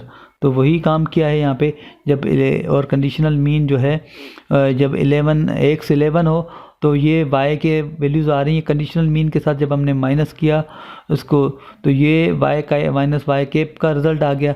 जब इसको स्क्वायर किया तो 1.08.0017, पीछे आप देख लें, पहली वैल्यू हमारे पास 1.08 है, फिर 0.00172 है, फिर 1.08 है, फिर 0.00172 है, फिर 0.9। तो ये देख लें कि ये सारी वैल्यूज़ हमने यहाँ रखी, ठीक है। उसके बाद हमने इसको सम किया, सम के बाद इसको डिवाइडेड बाय 1 2 3 4 5 डिवाइडेड बाय 5 किया तो हमारे पास ये वेरिएंस आ गया। तो ये जो है मेरा कंडीशनल वेरिएंस है, ये मेरा कंडीशनल वेरिएंस है। यही काम मैंने 10 के साथ किया, 10 वाली ऑब्जर्वेशन के साथ, और फिर इसको सम किया, डिवाइडेड बाय इसको 1 2 3 4 किया तो ये मेरे पास, यानी ये कंडीशनल मीन है, ये कंडीशनल मीन है व्हेन x इक्वल टू 10, और ये कंडीशनल वेरिएंस है व्हेन x इक्वल टू 10। ये कंडीशनल मीन है व्हेन x इक्वल टू 11 और ये कंडीशनल वेरिएंस है व्हेन x इक्वल टू 11। इसी तरीके से हमने जितनी भी x वैल्यूज़ हैं, जितनी भी हैं, सब के कंडीशनल मीन और कंडीशनल स्टैंडर्ड डेविएशन को यहाँ पे प्लॉट किया है। अब यहाँ पर हमारे पास 1 2 3 4 5 6 7 8 9 10 11 12 13 कंडीशनल मीन है। 13 कंडीशनल मीन के लिए हमारे पास जो है एक टेस्ट अवेलेबल है, ब्रूश पेगॉन गॉडफ्रे टेस्ट। ठीक है, तो वो अब जो है स्टेट्स यानी जो रिग्रेशन की अजम्पशन है वो अगर मैं आपको दिखा दूँ तो उसमें जो अजम्पशन है वो कह रहा है assumption for homoscedasticity और equal variance of u, यानी एरर टर्म या जो भी हमारे y माइनस वाई कैप का जो रिजल्ट है given the value of x, क्योंकि देखो y माइनस वाई कैप जो है वो हमारा एरर टर्म है। ठीक है, given the value of x the variance of u is the same for all observation. ठीक है, this is the conditional variance of u are identical symbolically we have. ठीक है, तो ये सिंबल है, यानी कंडीशनल वेरिएंस जो है वो इक्वल होना चाहिए, यानी होमोसेडास्टिसिटी का मतलब इक्वल होना चाहिए। उसका मतलब ये है कि ये जितने भी कंडीशनल वेरिएंस हमने कैलकुलेट किए 3.5, 0.4, 1, ये आपस में समझो कि स्टैटिस्टिकली इक्वल हैं या नहीं है। इसके लिए जो टेस्ट है वो ब्रूश पेगान है, लेकिन मैंने आसानी के लिए जो है वो एनोवा यूज़ किया है। एनोवा बेसिकली यहाँ पे जो है कोई उसका परफेक्ट टेस्ट तो नहीं है, लेकिन ये कि सिर्फ समझने की खातिर मैंने एनोवा यहाँ पे लगाया है, अप्लाई किया है। तो एनोवा के जो रिज़ल्ट आए हैं मेरे पास, उस रिज़ल्ट में जो है ये रिज़ल्ट है हमारे पास, जिसमें एनोवा की जो एफ वैल्यू है वो 1.09 है। ठीक है, और यहाँ पर एनोवा का जो नल हाइपोथेसिस होता है वो होता है कि सारे जो वेरिएंसेस हैं वो इक्वल हैं, और ठीक है, और अल्टरनेट है कि not all means are equal. तो यहाँ पर जो है एफ वैल्यू 109 आ रही है जो 4 से ग्रेटर है, इसका मतलब not all variants are equal, यानी हमारा नल हाइपोथेसिस रिजेक्ट हो रहा है। इसका मतलब ये जो जितने भी कंडीशनल वेरिएंट्स हैं और ये इक्वल नहीं आ रहे, यानी हेट्रोसेडास्टिसिटी पाई जा रही है, यानी इक्वल नहीं होंगे तो हेट्रोसेडास्टिक होगा। तो ये सूटेबल, यानी ये एनोवा टेबल यानी एनोवा रिजल्ट अप्लाई नहीं होते, ये सिर्फ यहाँ पे आसानी के लिए मैनुअल कैलकुलेशन के लिए मैंने यूज़ किया है। वैसे इसके लिए जो टेस्ट है वो ब्रूश पेगॉन गॉडफ्रे टेस्ट है, जो आगे चलकर हम ईव्यूज़ के अंदर उसको चेक करेंगे। ठीक है, तो ये हमने अजम्पशन नंबर 2 चेक कर ली कि अजम्पशन 4 कैलकुलेट कर ली कि हमारे जो मॉडल है वो जो है उसके जो वेरिएंसेस हैं, कंडीशनल वेरिएंसेस हैं वो हेट्रोसेडास्टिक हैं, यानी इक्वल नहीं है, वो हेट्रोसेडास्टिक हैं यानी इक्वल नहीं है। ठीक है, तो ये हमारे रिजल्ट आ गए, हेट्रोसेडास्टिसिटी इज़ फाउंड। ठीक है, अब आगे बढ़ता हमने जो है y माइनस वाई कैप, यानी y माइनस वाई कैप जो है ना वो बेसिकली हमारा रेजिडुअल है, हमारा एरर है, यानी y माइनस वाई कैप ये हमारा रेजिडुअल है। तो y माइनस वाई कैप, पहला y माइनस वाई कैप -9.2। ठीक है, फिर दूसरा ये है। अब हमने क्या इसका लेग लिया, लेग का मतलब ये है कि 1986 का जो वैल्यूज़ हैं उसको हमने 1987 के साथ कोरिलेशन चेक किया है, यानी लेग 1 उसको हम कहते हैं, यानी प्रीवियस ईयर का करंट ईयर के साथ, फिर प्रीवियस ईयर का करंट ईयर के साथ, यानी सिंपली हमने इस कॉलम को कॉपी करके एक रो छोड़ के दूसरी रो में पेस्ट कर दिया है, तो ये लेग हो गया, ये लेग हो गया। तो देखिए रेजिडुअल का जो कोरिलेशन आ रहा है वो आ रहा है 0.05, अप्रॉक्सीमेटली 0 आ रहा है, यानी कोरिलेशन नहीं है। ठीक है, ये भी एक अजम्पशन है, ये भी एक अजम्पशन है कि जो है no auto correlation between the disturbances. Autocorrelation इसीलिए कहते हैं क्योंकि उसमें एक ही वेरिएबल है, यानी वही रेजिडुअल है, पर रेजिडुअल का हमने लेग लिया है। वैसे नॉर्मल जो कोरिलेशन होता है उसमें x और y 2 वेरिएबल होते हैं, ये एक ही वेरिएबल है। एक देखें यही वैल्यू है, पर ये देखो सेम वैल्यू यहाँ लिखी हुई है, यही वैल्यू है, देखें ना यहाँ लिखी हुई है। सिंपली हम ये कर रहे हैं 86 की वैल्यू को 87, 87 को 88, 88 को 89 के साथ, ये ऑटो कोरिलेशन कहलाता है, यानी एक ही वेरिएबल का लेग लेके फिर हम जो है ना उसकी नॉर्मल सीरीज़ के साथ उसको कोरिलेट करें तो वो ऑटो या सीरियल कोरिलेशन कहलाता है। तो no auto correlation between the disturbance given any two X values, ठीक है, the correlation between any two is zero, ठीक है, तो सीरियल कोरिलेशन जो है वो ज़ीरो होना चाहिए, ठीक है। तो हमारा ये रिज़ल्ट आ गया कि सीरियल कोरिलेशन ज़ीरो है, और ये हमें पता लगता है डर्बन वाटसन से। डर्बन वाटसन जो है अगर 2 होता है तो उसका मतलब ये है कि ये कोरिलेशन ज़ीरो होगा। डर्बन वाटसन मिसाल के तौर पर यहाँ पे तकरीबन ज़ीरो आंसर आ रहा है, ज़ीरो के आसपास आ रहा है, 0.05 आ रहा है, तो डर्बन वाटसन हमारा 2 पॉइंट समथिंग आएगा, क्योंकि डर्बन वाटसन का आंसर जो होता है वो 0 से लेके 4 के दरमियान होता है। अगर डर्बन वाटसन 0 आ जाए, याद रखें यहाँ पे कोरिलेशन अगर 1 होगा ना, पॉजिटिव 1, तो डर्बन वाटसन का रिज़ल्ट 0 आएगा। यहाँ कोरिलेशन अगर 0 होगा तो डर्बन वाटसन का रिज़ल्ट 2 आएगा। यहाँ पे कोरिलेशन अगर -1 होगा तो यहाँ पे डर्बन वाटसन 4 आएगा। तो यहाँ पे कोरिलेशन हमारा -0.05 है, यानी 0 से थोड़ा माइनस की तरफ है, तो डर्बन वाटसन जो है 2 से थोड़ा ऊपर होगा। ये हम प्रूव करते हैं नीचे आगे जो आपको दिखाते हैं कि देखें ये डर्बन वाटसन का कॉलम, डर्बन वाटसन का ये फार्मूला लिखा हुआ है, ये फार्मूला शीट में गिवन है, ये y - y पे पर ये उसके साथ जो है ना वो फार्मूला है, आप उसको चेक कर लीजिएगा, फार्मूले लिखे हुए हमने ये डर्बन वाटसन कैलकुलेट किया है, ठीक है। डर्बन वाटसन की सारी वैल्यूज़ बिल्कुल उन्हीं वैल्यूज़ की मदद से हम कैलकुलेट हुए हैं, और क्योंकि ये जो चीज़ें हैं ये आपको यहाँ पे गिवन है, तो यहाँ पर हमने देखा कि डर्बन वाटसन जो है वो हमारे पास आ रहा है 2.009, ये डर्बन वाटसन की मदद से रिज़ल्ट आ गया 2.009, ठीक है। अगर कोरिलेशन 0 आता, यानी ऑटो कोरिलेशन अगर 0 आता तो डर्बन वाटसन एग्जैक्ट 2 होता। अगर वो कोरिलेशन -1 होता तो यहाँ डर्बन वाटसन 4 आता। अगर वो कोरिलेशन 0 पॉजिटिव 1 होता तो डर्बन वाटसन यहाँ पे 0 होता। डर्बन वाटसन 0 से 4 के दरमियान होता है, वो कोरिलेशन के अकॉर्डिंगली उसका रिजल्ट आ रहा होता है। तो कोरिलेशन ऑटो कोरिलेशन अगर 0 होगा तो डर्बन वाटसन 2 आएगा। तो डर्बन वाटसन 2 जो होता है वो आइडियल होता है, वो हमें बताता है कि कोई सीरियल कोरिलेशन नहीं है, कोई ऑटो कोरिलेशन नहीं है। तो ये हमारा डर्बन वाटसन जो है ना वो हो गया। एक और अजम्पशन हमने चेक कर ली। उसके बाद जो है ना हमारे पास जो ये डिफरेंट ये और चीज़ें हैं कि नॉर्मलिटी ऑफ रेजिडुअल्स है, ये इनोवा टेबल जो पीछे हमने आपको दिखाया था, इसको हाइपोथेसिस टेस्टिंग वगैरह ये हमने की है, उसकी ये हमारा स्लोप है, ये इंटरसेप्ट है, ठीक है। तो ये हमारे पास जो है यानी एक्स स्क्वायर ये वाई स्क्वायर, तो ये चीज़ें हमने यहाँ पे कैलकुलेट की हैं, डिफरेंट चीज़ें के कोरिलेशन कैलकुलेट किया है, कोवेरिएंस हमने ये कैलकुलेट किया है, उनके पीछे फार्मूलाज गिवन है। यानी एक्स और वाई ये जो सीरीज़ है उसमें ये स्लोप है, ये इंटरसेप्ट है, और ये उसका सीरीज़ का कोवेरिएंस है, ये सीरीज़ का कोरिलेशन है। तो ये रिज़ल्ट्स हमने मैन्युअली कैलकुलेट यानी एक्सेल के अंदर किए हैं, लेकिन ये कि बिल्कुल आप फार्मूला की मदद से आप भी कैलकुलेट करना चाहें तो आपके ये रिज़ल्ट आ जाएंगे, ठीक है। उसके बाद हमने इसका आर स्क्वायर कैलकुलेट किया है और स्टैंडर्ड एरर कैलकुलेट किया है। आर स्क्वायर कैसे कैलकुलेट किया है, ये सिंपल हमारा कोरिलेशन है, कोरिलेशन को स्क्वायर कर लें तो हमारे पास जो है ना आर स्क्वायर आ जाएगा।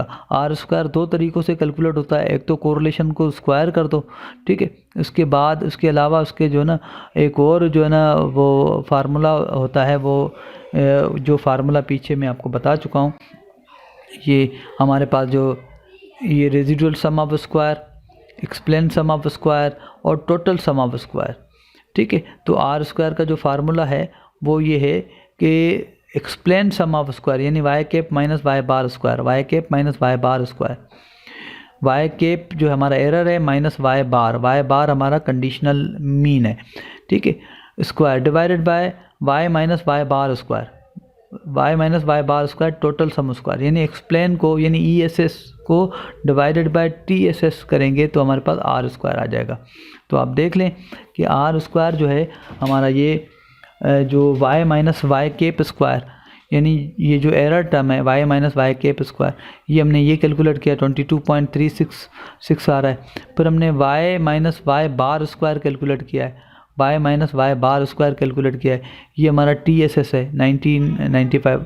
वाई बार कैसे आया, वाई बार आया कि ये सारे वाई को हमने सम किया, ये 546 आया। 546 को नंबर ऑफ़ ऑब्जर्वेशन 30 के साथ जब हमने डिवाइड किया तो हमारे पास वाई बार का रिज़ल्ट आ गया, जो हमारा जो है अनकंडीशनल मीन कहलाता है। वाई बार अनकंडीशनल मीन जो है वो हमने पीछे कैलकुलेट किया था, ये 18.2 आया था। ये हमारे पास अनकंडीशनल मीन है। आप जो है ना 546 को 30 के साथ डिवाइड करके देखें, अनकंडीशनल मीन आ जाएगा। तो ये वाई बार कहलाता है। अब हमने क्या किया, ये पहला कॉलम तो आपको समझ में आ रहा होगा कि Y minus Y cap square हमने किया है, Y minus Y cap square, यानी इस कॉलम को और इस कॉलम को डिफरेंस निकाला है, फिर उसका स्क्वायर लिया है। तो ये तो एरर कहलाएगा RSS, residual sum of square. यानी पीछे आप देख लें कि रेजिडुअल सम ऑफ स्क्वायर का क्या फार्मूला है, RSS का Y minus Y cap square. उसके बाद दूसरा जो कॉलम हमने कैलकुलेट किया है वो Y minus Y bar square, Y minus Y bar square. Y जो है हमारा ये है 8 है, और वाई बार जो है वो 18.2 जो है हमने ये अनकंडीशनल, ये वाई बार हमारा अनकंडीशनल मीन कहलाता है। तो एक्चुअल वाई और अनकंडीशनल मीन का डिफरेंस निकाला तो और उसको स्क्वायर किया तो 104, और ये बाकी, और उसका टोटल आ गया 995। उसके बाद तीसरे कॉलम में हमने वाई बार माइनस वाई केप, यानी 18.2 ये हमारा वाई केप है।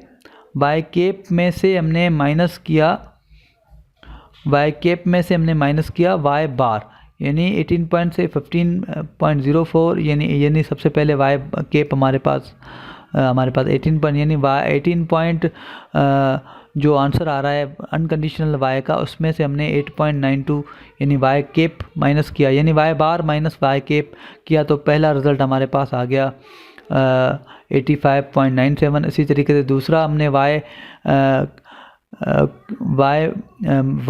केप, वाई बार माइनस वाई केप, वाई बार जो है वो हमारे पास 18 पॉइंट समथिंग है, और वाई केप दूसरा 6.89 है। डिफरेंस निकाला, स्क्वायर किया, तो ये आंसर आ गया।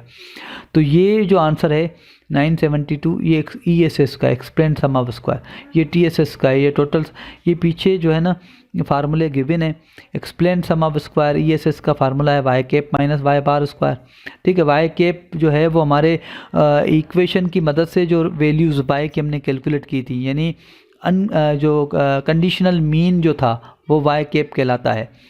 यानी conditional mean, forecasted Y, predicted Y, उसको हम वाई केप कहते हैं। वाई हमारी ओरिजिनल जो रियल डेटा होता है वो वाई होता है। वाई बार जो होता है वो रियल डेटा का सम लेके डिवाइडेड बाय n कर दो तो वाई बार आ जाएगा। तो ये फार्मूलाज लिखे हुए हैं, सिंपल चीज़ें हैं, ये आप कैलकुलेट कर सकते हैं। तो इनका सम RSS यानी रेजिडुअल सम स्क्वायर कहलाता है, इसका सम ESS एक्सप्लेन सम स्क्वायर कहलाता है, और उसका टोटल सम ऑफ स्क्वायर कहलाता है। तो यानी ESS डिवाइडेड बाय TSS ये लिखा हुआ है, ये RSS यानी R स्क्वायर का फार्मूला है। तो आप अगर 972 डिवाइडेड बाय 995 करें, 972 डिवाइडेड बाय 995 करें, तो आपके पास जो R स्क्वायर का रिज़ल्ट आ जाएगा 0.9775। ठीक है, और अगर आप कोरिलेशन को सिंपल स्क्वायर कर दें तब भी आपके पास यही रिज़ल्ट आएगा। ठीक है, उसके बाद एक एरर होती है standard error of estimate. Standard error of estimate जो है उसका जो फार्मूला है वो ये लिखा हुआ है, स्टैंडर्ड एरर ऑफ एस्टीमेट, जिसको हम SE कहते हैं। ठीक है, ये सिंपली ये वाला जो कॉलम है residual sum square RSS Y minus Y cap square divided by n-2। n-2 इसीलिए करते हैं, आपको याद होगा कि स्टैंडर्ड डेविएशन में हम n-1 करते हैं, जो सैम्पल स्टैंडर्ड डेविएशन होता है। रिग्रेशन, ये स्टैंडर्ड डेविएशन रिग्रेशन का स्टैंडर्ड डेविएशन कहलाता है। इसमें n-2 इसीलिए हम करते हैं कि यहाँ पे दो वेरिएबल होते हैं कम से कम, यानी जो आप जितने भी देखेंगे तो आपको दो वेरिएबल मिलेंगे, x और y, जबकि नॉर्मल वहाँ पे हम n-1 करते हैं नॉर्मल स्टैंडर्ड डेविएशन के अंदर, तो वहाँ पे n-1 होता है। तो ये हमने जो ना यही फार्मूला है y minus Y cap square divided by n-2 का रूट लिया, तो हमारे पास स्टैंडर्ड एरर ऑफ एस्टीमेट आ गया। एक चीज़ आप लोगों ने गौर की या नहीं, लेकिन मैं आपको बताता चलूँ कि याद रखें कि हमारे पास जो TSS यानी ये जो टोटल है ये बराबर होता है ESS प्लस RSS, यानी एक्सप्लेन और रेजिडुअल का जो टोटल होता है, यानी उसको ऐड करेंगे तो वो टोटल के बराबर आएगा, वो टोटल के बराबर आएगा। ये 22 प्लस 9 ये 994.36 इसका टोटल बन रहा है। ये इसीलिए थोड़ा रिज़ल्ट 995 के बराबर नहीं है, कि थोड़ी बहुत राउंडिंग की गई है इसके अंदर, इसकी वजह से जो है ना ये एग्जैक्ट नहीं आ रहा, अदरवाइज़ ये एग्जैक्ट 995 आ था। यानी इसको और इसको अगर ऐड करेंगे तो 995 आंसर आएगा, बिल्कुल इसके बराबर आएगा। तो याद रखें, अगर ये वैल्यू छोटी हो जाएगी तो ये वैल्यू बढ़ जाएगी। अब देखें, ये वैल्यू अगर 972 है तो ये देखो 22 है। अगर ये 900 होता तो ये 95 आता, ये अगर 800 होता ये 195 आता, ये अगर 700 होता ये 295 आता। यानी आप एक चीज़ यहाँ पे देख लें कि ये वैल्यू जैसे छोटी होगी तो R² हमारा ऑटोमेटिकली छोटा होता जाएगा, क्योंकि रेजिडुअल्स का रिज़ल्ट बढ़ जाएगा। तो पीछे आप देख लें, यानी अगर आपकी ये वाला ये ESS और RSS ये दोनों ऐड करेंगे तो TSS बनेगा। अगर ESS का रिज़ल्ट कम आता है, यानी उसकी वैल्यूज़ कम आती हैं, एक्सप्लेन सम ऑफ स्क्वायर की वैल्यूज़ अगर कम आती हैं तो जो है हमारे पास वही फिर RSS की वैल्यू बढ़ जाएगी। तो ये RSS और ESS जो है, ये RSS की वैल्यू अगर ज़्यादा आएगी तो ये रेजिडुअल यानी स्टैंडर्ड एरर बड़ा हो जाएगा हमारा, और ESS की वैल्यू अगर छोटी आएगी तो R² बढ़ जाएगा।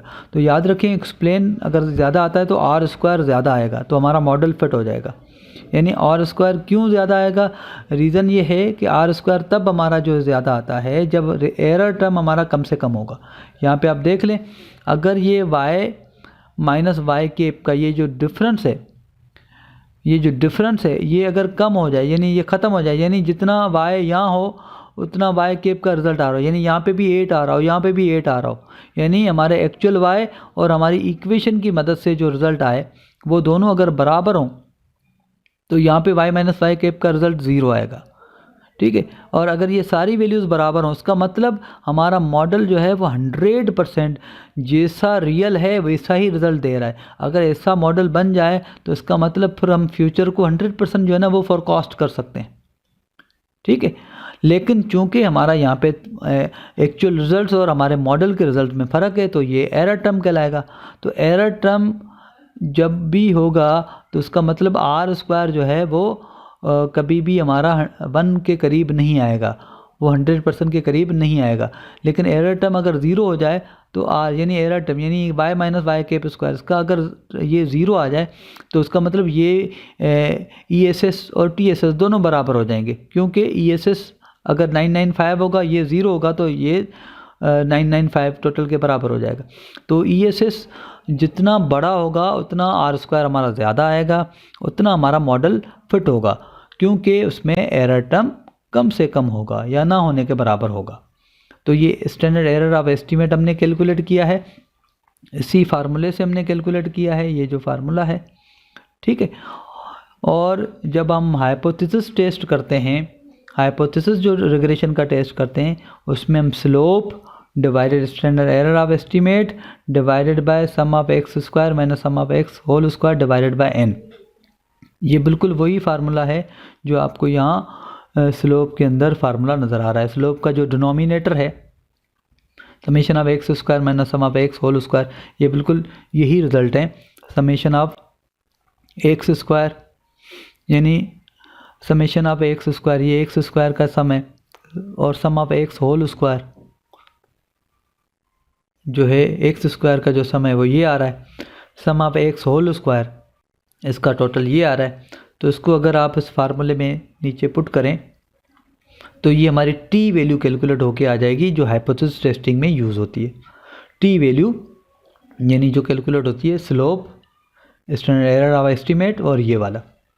अब आप देख लें, हमने ये t वैल्यू कैलकुलेट की है। यहाँ पे हमने क्या किया, ये हमारे पास जो है स्लोप है 1.09, 1.09 को हमने डिवाइड किया किसके साथ, स्टैंडर्ड एरर ऑफ एस यानी इस वैल्यू के साथ, उसको फर्दर डिवाइड किया x²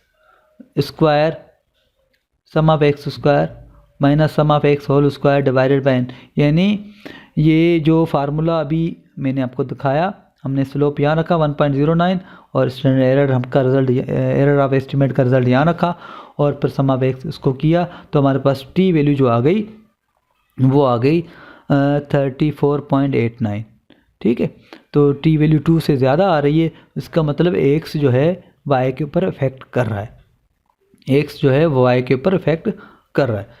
तो ये हाइपोथेसिस टेस्टिंग एक तरह से हो गई मैनुअल तरीके से। उसके बाद ये चीज़ हम डिस्कस कर चुके हैं। उसके बाद बाकी कंडीशंस को देखते हैं कि ये हमारे पास जो है ना वाई वेरिएबल है, वाई और ये वाई कैप, ये दोनों मैंने यहाँ पे अब रख लिए, यानी यहाँ वाई और एक्स रखा पहले, यानी वहीं से ही कॉपी किया है। ये पहले वाई और एक्स रखा और फिर मैंने इसके बराबर में वाई कैप का कॉलम रखा। देखें वाई की पहली वैल्यू 8 है, 5 है और ये 8.928 है। तो आप देख लें यहाँ पे मैंने जो है ना पहले वाई फिर एक्स फिर वाई कैप ये हमने रख लिया। उसके बाद हमने क्या किया, वाई माइनस वाई कैप किया तो हमारे पास ये वैल्यू आ गई और ये हमारे पास वाई माइनस वाई कैप का जो रिज़ल्ट आया 0 आ गया। ये पीछे भी हमने कैलकुलेट किया था, यहाँ पर भी ये 0 आ रहा था, यहाँ पर भी 0 आ रहा था। एरर टर्म 0 होने चाहिए, ये अजम्पशन भी है, ये अजम्पशन भी है कि एरर टर्म जो है रेजिडुअल जो है वो 0 होना चाहिए, 0 मीन वैल्यू ऑफ डिस्टर्बेंसेस। तो यहाँ पर अगेन कैलकुलेशन हमने कर ली। उसके बाद क्या किया है, उसके बाद ये किया है कि उसका हमने लेग लिया है, उसके बाद लेग लिया है, लेग लेके हमने जो है ना इसको, लेग का मतलब ये है कि 86 की वैल्यू 87 के सामने पर इसी तरीके से हमने ये रखी है। उसका पर हमने कोरिलेशन चेक किया, इसके कोरिलेशन को हम ऑटो कोरिलेशन कहते हैं और ये हमने पीछे भी कैलकुलेट किया है, यहाँ पर भी हमने कैलकुलेट किया है ऑटो कोरिलेशन। ठीक है, और ये भी अजम्पशन है कि no auto correlation between the disturbances, तो ये हमने कैलकुलेट किया यहाँ पे। उसके बाद हमने जो है चेक किया है कि इंडिपेंडेंट वेरिएबल यानी एक्स वेरिएबल और रेजिडुअल, एक्स और रेजिडुअल यानी इंडिपेंडेंट वेरिएबल और रेजिडुअल इनका आपस में कोवेरिएंस नहीं होना चाहिए। तो देखें एक्स वेरिएबल हमने ये देख लिया और ये रेजिडुअल हमने रखे, देखो एक्स की वैल्यू 5 है, रेजिडुअल -0.928 है। इसी तरीके से बाकी वैल्यूज़ को रखा तो कोवेरिएंस 0 आ रहा है। ये भी हमारी अजम्पशन है, ये भी हमारी अजम्पशन है कि हमारे पास जो है 0 covariance between error and x, ये कोवेरिएंस भी 0 होना चाहिए। तो ये हमारी अजम्पशन है। ठीक है, ये भी हमारी अजम्पशन है। उसके बाद ये हमने जो है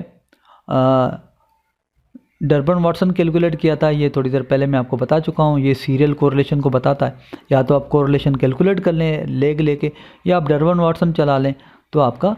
उसके बाद जो है मैंने रेजिडुअल को ग्राफ पे प्लॉट किया है, रेजिडुअल को ग्राफ पे प्लॉट किया है। ये जो रेजिडुअल है ये इसको मैंने ग्राफ पे प्लॉट किया है तो ये ग्राफ बना है। उसके ऊपर मैंने जब प्लॉट किया है तो ये जो है ना नॉर्म ग्राफ जो है कर्व पे नॉर्मल फिट आ रहे हैं, कर्व पे नॉर्मल फिट आ रहे हैं। तो ये हमारे जो रेजिडुअल हैं यानी ये जो एरर है, ये जो एरर है ये जो है रेजिडुअल जो है ये हमारा नॉर्मली रेजिडुअल्स जो है ना नॉर्मली डिस्ट्रीब्यूटेड हमें नज़र आ रहे हैं। अब देखिए हमने अजम्पशन जो शुरू की थी कि पैरामीटर लीनियर होने चाहिए, तो हमारे पैरामीटर लीनियर हैं। एक्स की वैल्यू फिक्स है, यानी वो हमने देखा कि एक्स की वैल्यू अगर 11 थी तो वो 11 ही मानी जाती थी, लेकिन उसके अगेंस्ट जो वाई का रिज़ल्ट आ रहा था वो वाई कंडीशनल मीन कहलाता है। और उस वाई का मतलब ये होता है कि उसके सामने हमने देखा कि एक्चुअल वाई की वैल्यूज़ उस मीन से छोटी भी थी और बड़ी भी थी, लेकिन एक्स की वैल्यू अपनी जगह पे वही थी। तो एक्स की वैल्यू फिक्स होती है और वाई की वैल्यू रैंडम होती है, या एक्स की वैल्यू नॉन स्टोकेस्टिक होती है, वाई की वैल्यू स्टोकेस्टिक होती है, क्योंकि वाई की वैल्यू वो कंडीशनल मीन कहलाता है। हर एक्स के सामने जो वाई आता है वो कंडीशनल मीन कहलाता है, और उन वाई का अगर हम हर पर्टिकुलर एक्स के जो वाई और वाई कैप की वैल्यूज़ का अगर हम वेरिएंस कैलकुलेट करें तो वो कंडीशनल वेरिएंस कहलाता है। उसके बाद हमने अजम्पशन 3 देखी, एरर टर्म का जो सम आ गया वो 0 था। और हमने ये भी देखा कंडीशनल जो वेरिएंसेस थे, यानी हमने 10 के सामने और फिर जो है 3 का हमने कंडीशनल वेरिएंस कैलकुलेट किया, और फिर हमने 5 जहाँ पे एक्स वैल्यू थी यानी वहाँ पे हमने फिर 10 एक्स वैल्यू जब थी तो उसका कंडीशनल वेरिएंस सबका कंडीशनल वेरिएंस चेक किया तो ये जो है ना सब बराबर नहीं आ रहे हैं, हमें नज़र भी आ रहे हैं कि एक 3.57 आ रहा है, 0.3 आ रहा है, 1.73, बड़ा फ़र्क है। ठीक है, वैसे एग्जैक्ट नहीं होते, लेकिन ये कि अगर थोड़ा सा डिफरेंस होता है तो फिर ये जो है ना स्टैटिस्टिकली इक्वल आ जाते हैं, लेकिन यहाँ पे जो बहुत बड़ा फ़र्क है। तो कंडीशन ये रिग्रेशन की होती है कि ये जो कंडीशनल वेरिएंट्स हैं ये इक्वल होने चाहिए, ठीक है, या इसको हम होमोसेडास्टिक कहते हैं, लेकिन हमारे रिजल्ट जो हैं वो हेटेरो आ गए। तो ये मॉडल के लिए हमारे लिए अच्छा नहीं था, लेकिन ये हमने चेक किया, इस कॉन्सेप्ट को हमने समझा। ठीक है, उसके बाद नो ऑटो कोरिलेशन, ये अभी हमने किया था कि कोरिलेशन चेक किया था रेजिडुअल का, उसका लेग लेके हमने किया था डर्बन वाटसन की मदद से, तो हमारा कोरिलेशन ऑटो कोरिलेशन नहीं आ रहा था। Zero covariance between you and x, यानी रेजिडुअल और इंडिपेंडेंट वेरिएबल के दरमियान हमने कोवेरियंस देखा तो वो हमारा ज़ीरो आ रहा था, और ये ज़ीरो आना चाहिए। ठीक है, नंबर ऑफ़ ऑब्जर्वेशन, अब हमारे 2 वेरिएबल थे लेकिन ऑब्जर्वेशन 30 थी, तो ये अजम्पशन तो ऑलरेडी सेटिस्फाई हो रही थी। ठीक है, वेरिएबिलिटी इन एक्स वैल्यूज़ आप देख लें कि देखें ऐसा नहीं हो सकता अगर आपके पास डेटा ऐसा आ जाए जिसमें एक्स वैल्यू अगर मुसलसल सब में 5 हो, यहाँ पे 5, यहाँ 5, 5, 5, 5, 5, 5, 5, 5, अगर ये सब में 5 आ रही हो, या 3 आ रही हो, सब में 3 आ रही हो, या 11 आ रही हो, यानी एक्स की वैल्यू वाई की वैल्यूज़ अगर सेम हो तो कोई मसला नहीं है, लेकिन एक्स की वैल्यूज़ अगर सेम आ गई तो फिर वो भी रिग्रेशन मॉडल रन नहीं होगा। तो एक्स की वैल्यू के अंदर भी वेरिएबिलिटी होनी चाहिए, रिग्रेशन मॉडल करेक्टली स्पेसिफाइड होना चाहिए। तो ये हमारा जो मॉडल है ये लीनियर है या नॉन लीनियर है, ये मॉडल बनता है कैसे बनता है, उसके लिए जो वेरिएबल हमने यूज़ किए डिपेंडेंट या इंडिपेंडेंट बनाया, उसके लिए फिर हमें लिटरेचर की मदद से करना पड़ता है। उसके बाद है नो परफेक्ट मल्टीकोलिनियरिटी का प्रॉब्लम तब आता है जब एक से ज़्यादा इंडिपेंडेंट वेरिएबल हो।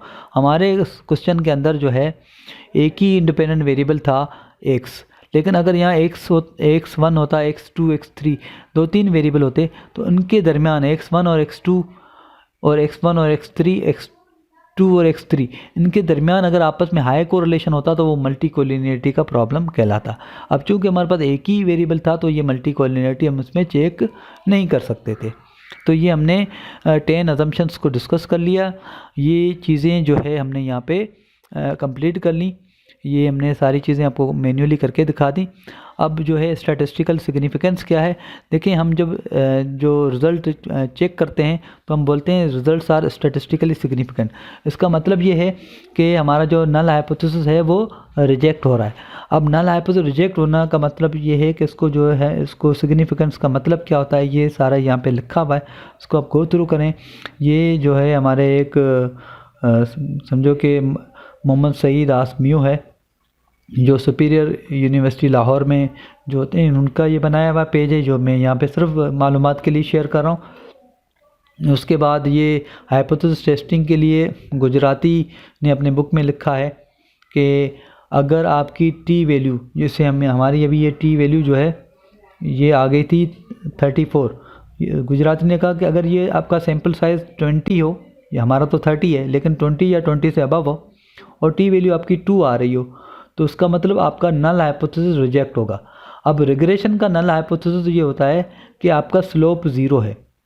स्लोप ज़ीरो का मतलब ये है कि मिसाल के तौर पर ये वाई इक्वेशन है।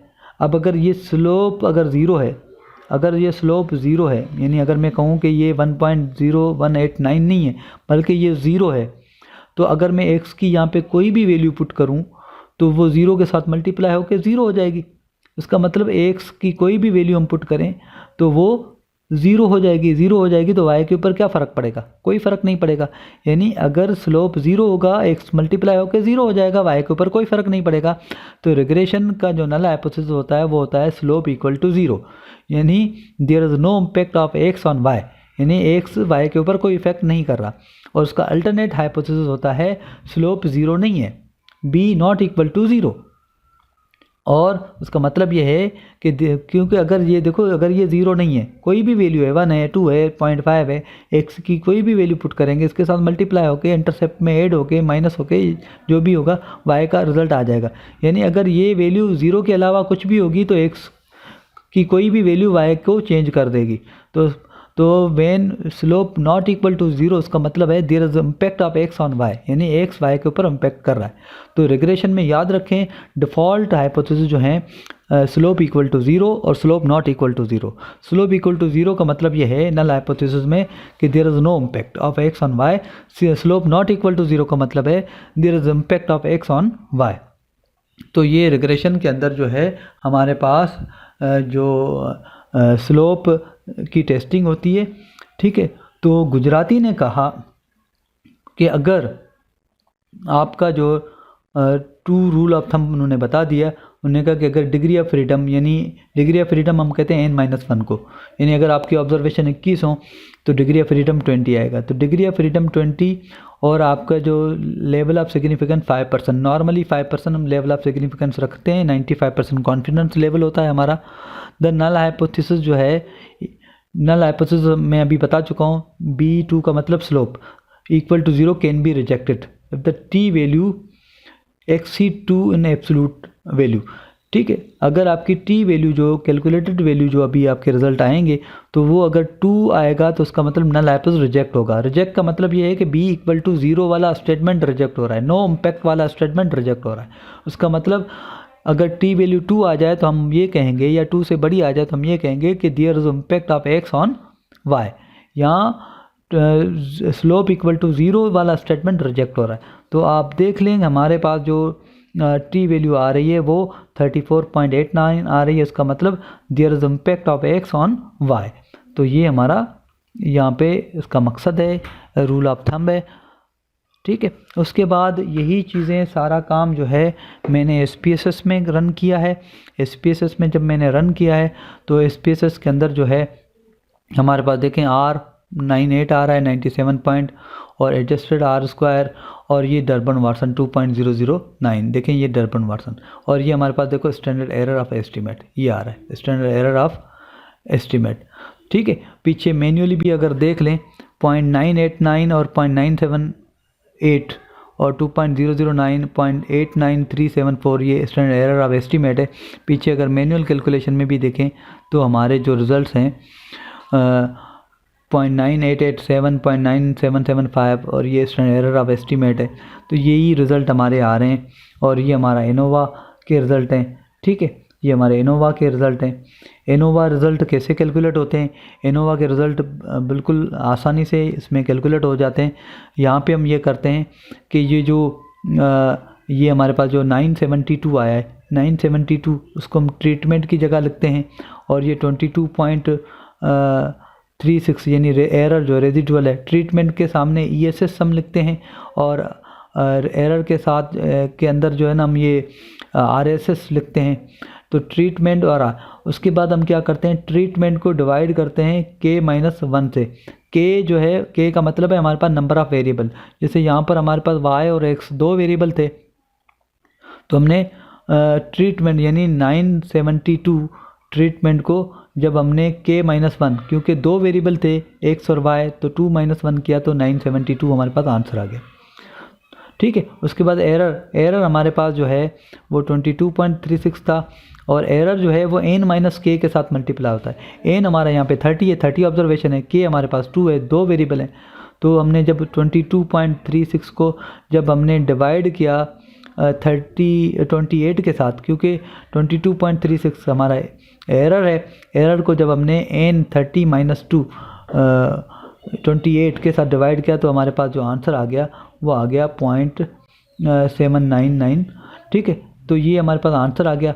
उसके बाद एफ वैल्यू कैसे निकलती है? एफ वैल्यू जो इसका रिज़ल्ट होता है ट्रीटमेंट को डिवाइड करने के बाद जो आंसर आता है, और एरर को डिवाइड करने के बाद जो आंसर आता है, इन दोनों को जब हम डिवाइड करते हैं, यानी उसका जब हम यानी 972 को जब हम 0.798 के साथ डिवाइड कर देंगे तो हमारे पास जो रिज़ल्ट आएगा वो एफ वैल्यू कहलाएगा, जो हमारे पास आ रहा है 1216।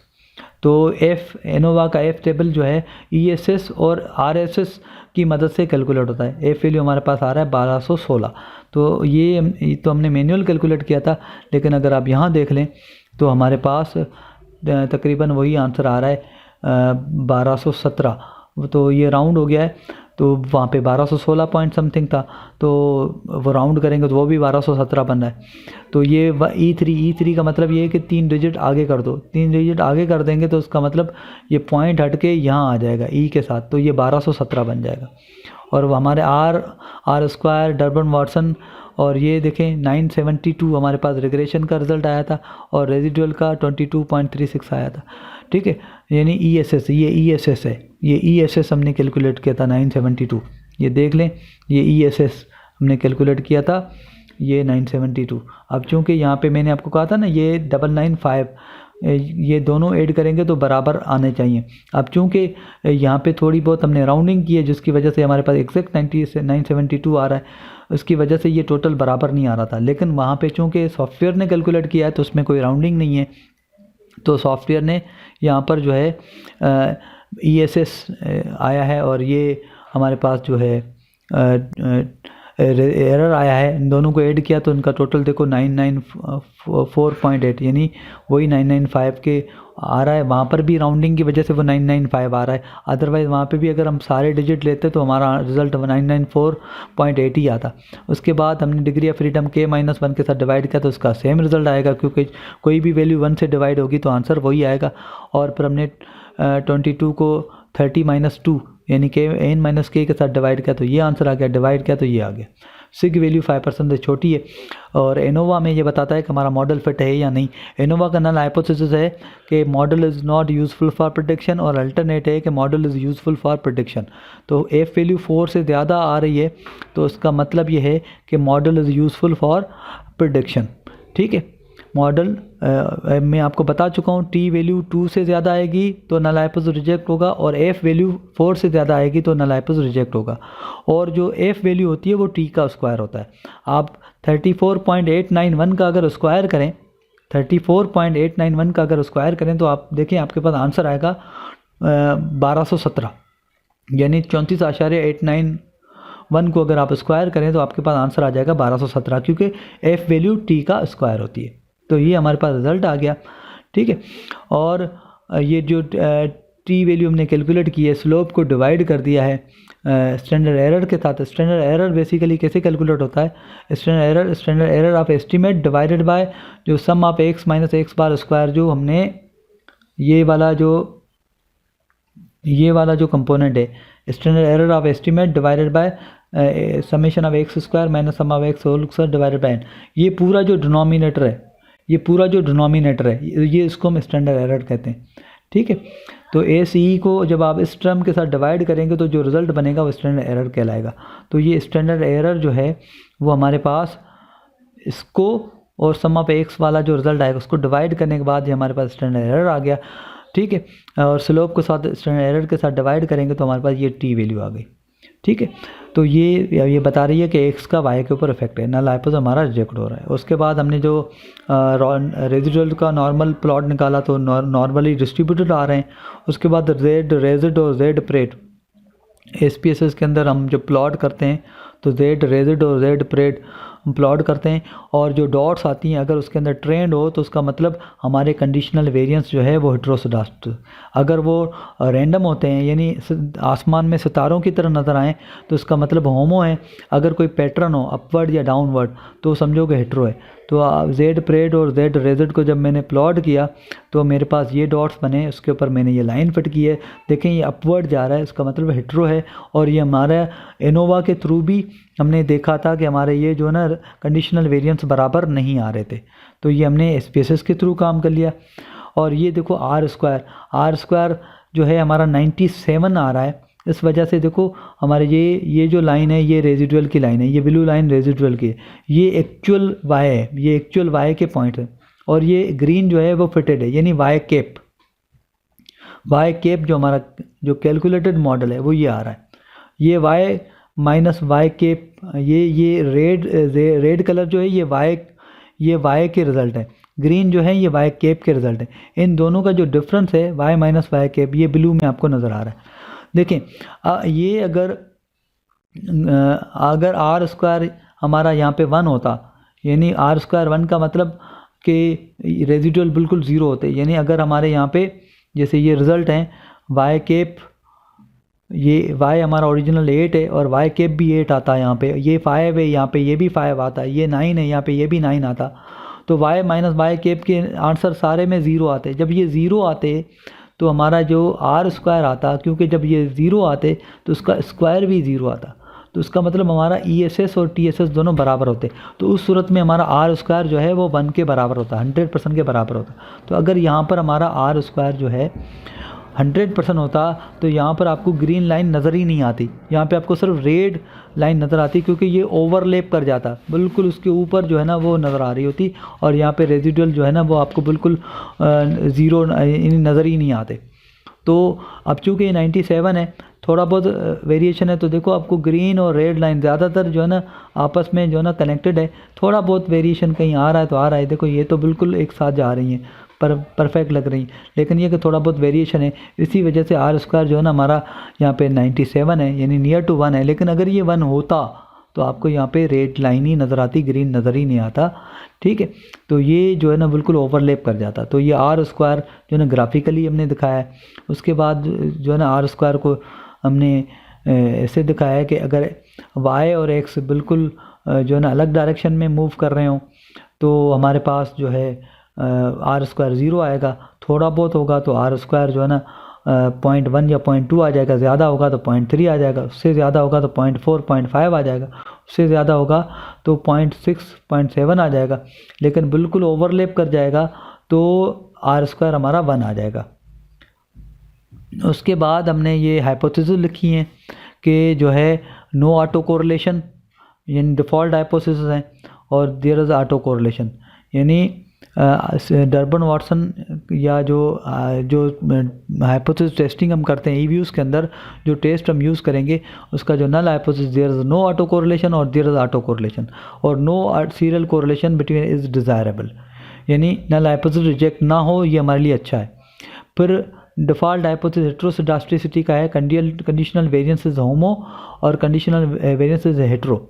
होमोस्केडास्टिसिटी यानी इक्वल, ये डिज़ायरेबल होता है, यानी ये नल हाइपोथेसिस भी हमारा रिजेक्ट ना हो तो अच्छा है, ये भी रिजेक्ट ना हो तो अच्छा है। उसके बाद नॉर्मलिटी का जो हाइपोथेसिस है, रेजिडुअल्स आर नॉर्मली डिस्ट्रीब्यूटेड और residuals are not normally distributed, normality of is desirable, ठीक है। तो ये यानी तीनों हाइपोथेसिस हमारी रिजेक्ट ना हो तो अच्छा है। ईव्यूज़ के अंदर हम देखते हैं इसके टेस्ट हैं, और तीनों टेस्ट में हमारा हाइपोथेसिस अगर रिजेक्ट ना हो तो वो हमारे लिए अच्छा है। ये मोहम्मद सईद के जो ना बनाए हुए हाइपोथेसिस हैं, ये भी सेम है, बस मैंने इन्फॉर्मेशन के लिए यहाँ दे दिए हैं, ठीक है। उसके बाद हमने ईव्यूज़ रन किया। ईव्यूज़ रन करने के बाद हमने इक्वेशन रन की। इक्वेशन में देखें हमारे पास वही ये स्लोप आ रहा है, ये स्टैंडर्ड एरर आ रहा है, ये हमारे पास टी वैल्यू आ रही है 34, इसकी प्रोब वैल्यू आ रही है, यहाँ पे देखो एफ वैल्यू 1217 आ रही है, एफ का ये आ रहा है, डर्बन वाटसन देखो 2.00085 आ रहा है। तो वही रिज़ल्ट आ रहे हैं जो हमने पीछे कैलकुलेट किए। कैसे किए हैं, ये आपने डेटा इसे पुट किया है ईव्यूज़ के अंदर। उसके बाद हमने कोरलोग्राम टेस्ट किया, ये सीरियल कोरिलेशन के लिए यूज़ होता है। सीरियल कोरिलेशन के लिए कोरलोग्राम भी यूज़ होता है और डर्बन वाटसन भी यूज़ होता है, ठीक है। तो डर्बन वाटसन को तो आप समझ चुके हैं, तो कि उसका आंसर 2 आएगा, तो सीरियल कोरिलेशन नहीं है। लेकिन कोरलोग्राम को मैं आपको समझाता हूँ। कोरलोग्राम के अंदर ये जो प्रॉब वैल्यू आ रही हैं, ये सपोज़ 1 2 3 4 5 6 7 8 9 10, ये 10 आ रही हैं। इसमें अगर 6 वैल्यूज़ जो हैं वो प्रॉब वैल्यूज़ अगर ये हैं कि 0.05 से ज़्यादा हैं, तो हम ये कहेंगे कि नल हाइपोथेसिस रिजेक्ट नहीं हो रहा, यानी सीरियल कोरिलेशन नहीं है। अब हम देख सकते हैं यहाँ के हमारे 10 की 10 वैल्यूज़ जो है ना 0.05 से ज़्यादा है, इसका मतलब हमारा नल हाइपोथेसिस रिजेक्ट नहीं हो रहा, यानी सीरियल कोरिलेशन जो है वो नहीं है। क्योंकि आप कोरलोग्राम का नल हाइपोथेसिस देख लें, ये कोरलोग्राम का there is no auto correlation, there is auto correlation, ठीक है। तो नो ऑटो कोरिलेशन क्योंकि जो पी वैल्यू हैं वो 5% से ऊपर आ रही हैं, तो उसका मतलब जो है नो ऑटो कोरिलेशन वाला स्टेटमेंट हमारा ट्रू हो रहा है, तो लिहाजा इसमें सीरियल कोरिलेशन नहीं है। उसके बाद हेट्रोस्केडास्टिसिटी टेस्ट अप्लाई किया है, ब्रुश पिगॉन गॉडफ्रे टेस्ट, ठीक है। उसका रिज़ल्ट आप देख लें आ रहा है, प्रोब वैल्यू जो ऑब्जर्व आर स्क्वायर की जो वैल्यू आ रही है 0.0035, ये 0.05 से छोटी है, 0.05 से छोटी होगी तो उसका मतलब नल हाइपोथेसिस रिजेक्ट होगा। आप देख लें कि कंडीशनल वेरिएंस इज होमो, ये नल है, ये हमारा रिजेक्ट हो रहा है, इसका मतलब अल्टरनेट हमारा ट्रू हो रहा है, हेट्रो आ रहा है हमारा। तो इसका मतलब हमने पीछे भी देखा था, यानी हमारे ये जो रिज़ल्ट्स थे SPSS के उन्होंने भी हमें हेट्रो बताया था, और जो एनोवा हमने कैलकुलेट किया था मैन्युअली उसमें भी हमें हेट्रो, और यहाँ से जो है ना ब्रूश पेगॉन भी हमें ये बता रहा है कि ये हेट्रो है। तो ये जो है ना ये प्रूव हो गया कि ये हेट्रोस्केडास्टिसिटी है। उसके बाद जार्क बेरा टेस्ट है, उसका नल हाइपोथेसिस है कि रेजिडुअल नॉर्मली डिस्ट्रीब्यूटेड है, और अल्टरनेट है कि रेजिडुअल नॉर्मली डिस्ट्रीब्यूटेड नहीं है। ये देख लें आप, रेजिडुअल्स आर नॉर्मली डिस्ट्रीब्यूटेड, ये जार्क बेरा का है, और नॉट नॉर्मली डिस्ट्रीब्यूटेड ये भी जार्क बेरा का नल है, अल्टरनेट हाइपोथेसिस है। रेजिडुअल जो है वो नॉर्मली डिस्ट्रीब्यूटेड होने चाहिए। तो हम देख सकते हैं यहाँ पर कि हमारे जो प्रॉब वैल्यू आ रही है वो 5% से ऊपर है, इसका मतलब नल हाइपोथेसिस हमारा जो है वो रिजेक्ट नहीं हो रहा। याद रखें, प्रॉब वैल्यू अगर 0.05 से छोटी होगी नल हाइपोथेसिस रिजेक्ट होगा। प्रॉब या सिग वैल्यू, सिग्निफिकेंस भी वैल्यू कहते हैं, प्रॉब वैल्यू भी कहते हैं, वो अगर 0.05 से बड़ी होगी तो नल हाइपोथेसिस रिजेक्ट नहीं होगा। तो हमारी प्रॉब वैल्यू जो है, प्रोबेबिलिटी वैल्यू जो है वो 5% से ऊपर है, तो लिहाजा हमारा नल हाइपोथेसिस जो है वो रिजेक्ट नहीं होगा। तो हमारे रेजिडुअल्स नॉर्मली डिस्ट्रीब्यूटेड हैं। तो इस केस में हमारे पास सीरियल कोरिलेशन नहीं है, लेकिन हमारे मॉडल के अंदर हेटेरोस्केडास्टिसिटी का प्रॉब्लम है। ये हमारे मॉडल का ड्रॉबैक है। रेजिडुअल्स नॉर्मलिटी डिस्ट्रीब्यूटेड हैं, ये भी हमारा आइडियल रिजल्ट हैं। तो ये जो ना ओवरऑल इकोनोमेट्रिक्स की थोड़ी बेसिक्स थी जो हमने यहाँ डिस्कस की। ठीक है, अब डिटेल जो है डिस्कशन है अजम्पशन की, वो यहाँ आगे गुजराती ने अपने बुक में लिखी हुई हैं। ये मैं सिर्फ आपको यहाँ PPTs में दिखा रहा हूँ कि zero mean value of residuals का क्या मतलब होता है। ये आप डिटेल जाके, होमोसेडास्टिसिटी का मतलब ये होता है कि सारे जो कर्व होंगे वो एक ही पैटर्न में जा रहे होंगे, यानी क्योंकि सबकी डिस्ट्रीब्यूशन बराबर होगी तभी कंडीशनल वेरिएंस बराबर होंगे। अगर बराबर नहीं होंगे तो शेप इस तरह से आ रहे होंगे। ठीक है, हेटेरोस्केडास्टिसिटी को कैसे डिटेक्ट करते हैं, उनके मेथड लिखे हुए हैं, जैसे ब्रूश पेगान के साथ हमने किया है। इसके अलावा भी और बहुत सारे टेस्ट हैं, ठीक है, उनके थ्रू भी आप कर सकते हैं। ठीक है, ये इसके फार्मूलाज लिखे हुए हैं कि कैसे, जैसे पार्क टेस्ट है, ग्लेचर्स टेस्ट है, ठीक है, Spearman rank correlation, Goldfeld Quandt, ये सारे हेटेरोस्केडास्टिसिटी को कैलकुलेट करने के मेथड हैं जिनके थ्रू आप कर सकते हैं। दामोदर गुजराती की बुक इकोनोमेट्रिक्स को पढ़ेंगे तो डिटेल में उनके तफसील भी वहाँ पे कैलकुलेशन वगैरह सारी दी हुई हैं। ठीक है, नो सीरियल कोरिलेशन रेजिडुअल्स के दरमियान नहीं होनी चाहिए। ये सीरियल कोरिलेशन है, ये भी सीरियल, लेकिन अगर ऐसे डॉट्स हैं तो सीरियल कोरिलेशन नहीं है, तो नहीं होनी चाहिए। ठीक है, कैसे सीरियल कोरिलेशन होती है, इसको कैसे ख़त्म करेंगे, तो उसका जो है ना ये तरीक़ाकार लिखा हुआ है, बाकी डिटेल गुजराती के अंदर मौजूद है। सीरियल कोरिलेशन कैसे डिटेक्ट करते हैं, डर्बन वाटसन का ये फार्मूला जो मैं पीछे सिंपल वर्ड्स में लिख चुका हूँ। ठीक है, डर्बन वाटसन जो है ना 2 आता है तो उसका मतलब जो है सीरियल कोरिलेशन नहीं है। 4 आएगा तो उसका मतलब पॉजिटिव है, और नेगेटिव कोरिलेशन है परफेक्ट, और 0 आएगा तो परफेक्ट पॉजिटिव कोरिलेशन है। तो उसको कैसे करेंगे, तो ये सारा कुछ जो है ना हमारा मेंशन है, यहाँ पे आप डिटेल वहाँ पढ़ सकते हैं। मल्टी कोलिनियरिटी, अगर इंडिपेंडेंट वेरिएबल आपस में जो है ना हाई कोरिलेटेड हो, इस तरीके से जैसे आप देख सकते हैं, तो ये हाई कोलिनियरिटी है। और अगर ऐसे हों थोड़ा थोड़ा हो तो ये फिर नो कोलिनियरिटी है, और ये लो है अगर थोड़ा बहुत और हो तो इसी तरीके से आप देख सकते हैं हाई कोलिनियरिटी ऐसे होगी कि वेरिएबल आपस में यानी 0.6 या 0.7 तक आपस में कोरिलेशन आ रहा हो तो ये फिर हाई कोलिनियरिटी में चला जाता है। ठीक है, उसके बाद मल्टी कोलिनियरिटी के कंसिक्वेंसेस क्या होते हैं, क्या उसको डिटेल यहाँ लिखी हुई है।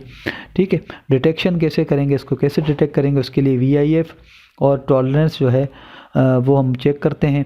VIF अगर जो है ग्रेटर देन 10 होगा या टॉलरेंस लेस देन 0.1 होगी तो उसका मतलब मल्टी कोलिनियरिटी नहीं है। तो ये भी उसके फार्मूले भी पीछे दिए हुए हैं, तो इसकी डिटेल भी आप गो थ्रू कर सकते हैं। उसके बाद जार्क बेरा टेस्ट है, नॉर्मलिटी के लिए यूज़ होता है, उसका भी फार्मूला लिखा हुआ है, पीछे भी दिया हुआ है। तो ये जो है ये नॉर्मलिटी अभी हम चेक कर चुके हैं, और जार्क बेरा का जो नल हाइपोथेसिस है नॉर्मल रेजिडुअल्स और नॉर्मली डिस्ट्रीब्यूटेड है, तो ये सारी चीज़ें गिवन है। ठीक है, मॉडल की स्पेसिफिकेशन के लिए आपको लिटरेचर को गो थ्रू करना पड़ेगा। ठीक है, टाइम सीरीज़ की ये अजम्पशन है, टाइम सीरीज़ के अंदर जो है डिफरेंट चीज़ें होती हैं, तो उसकी डिटेल में मैं इस लेक्चर के अंदर नहीं जा रहा। ठीक है, स्टेशनरी नॉन स्टेशनरी वगैरह ये इंशाल्लाह पर हम इसको नेक्स्ट लेक्चर में कवर करेंगे। तो ये चीज़ें जो हैं आप गो थ्रू कर लें, PPT जो है वो आपके लिए अवेलेबल होगी। तो ये सारी चीज़ें यहाँ पर गिवन है जो हमने यहाँ पे कैलकुलेशन की है, उसके बाद आखिर में ये टाइम सीरीज़ के अंदर कौन कौन से मॉडल लग सकते हैं वो डेटा हमें बताता है। ठीक है, तो ये ARDL की अजम्पशन है। ये again thank you very much. तो ये चीज़ें जो है ना आप अपने तौर पे देख लीजिएगा।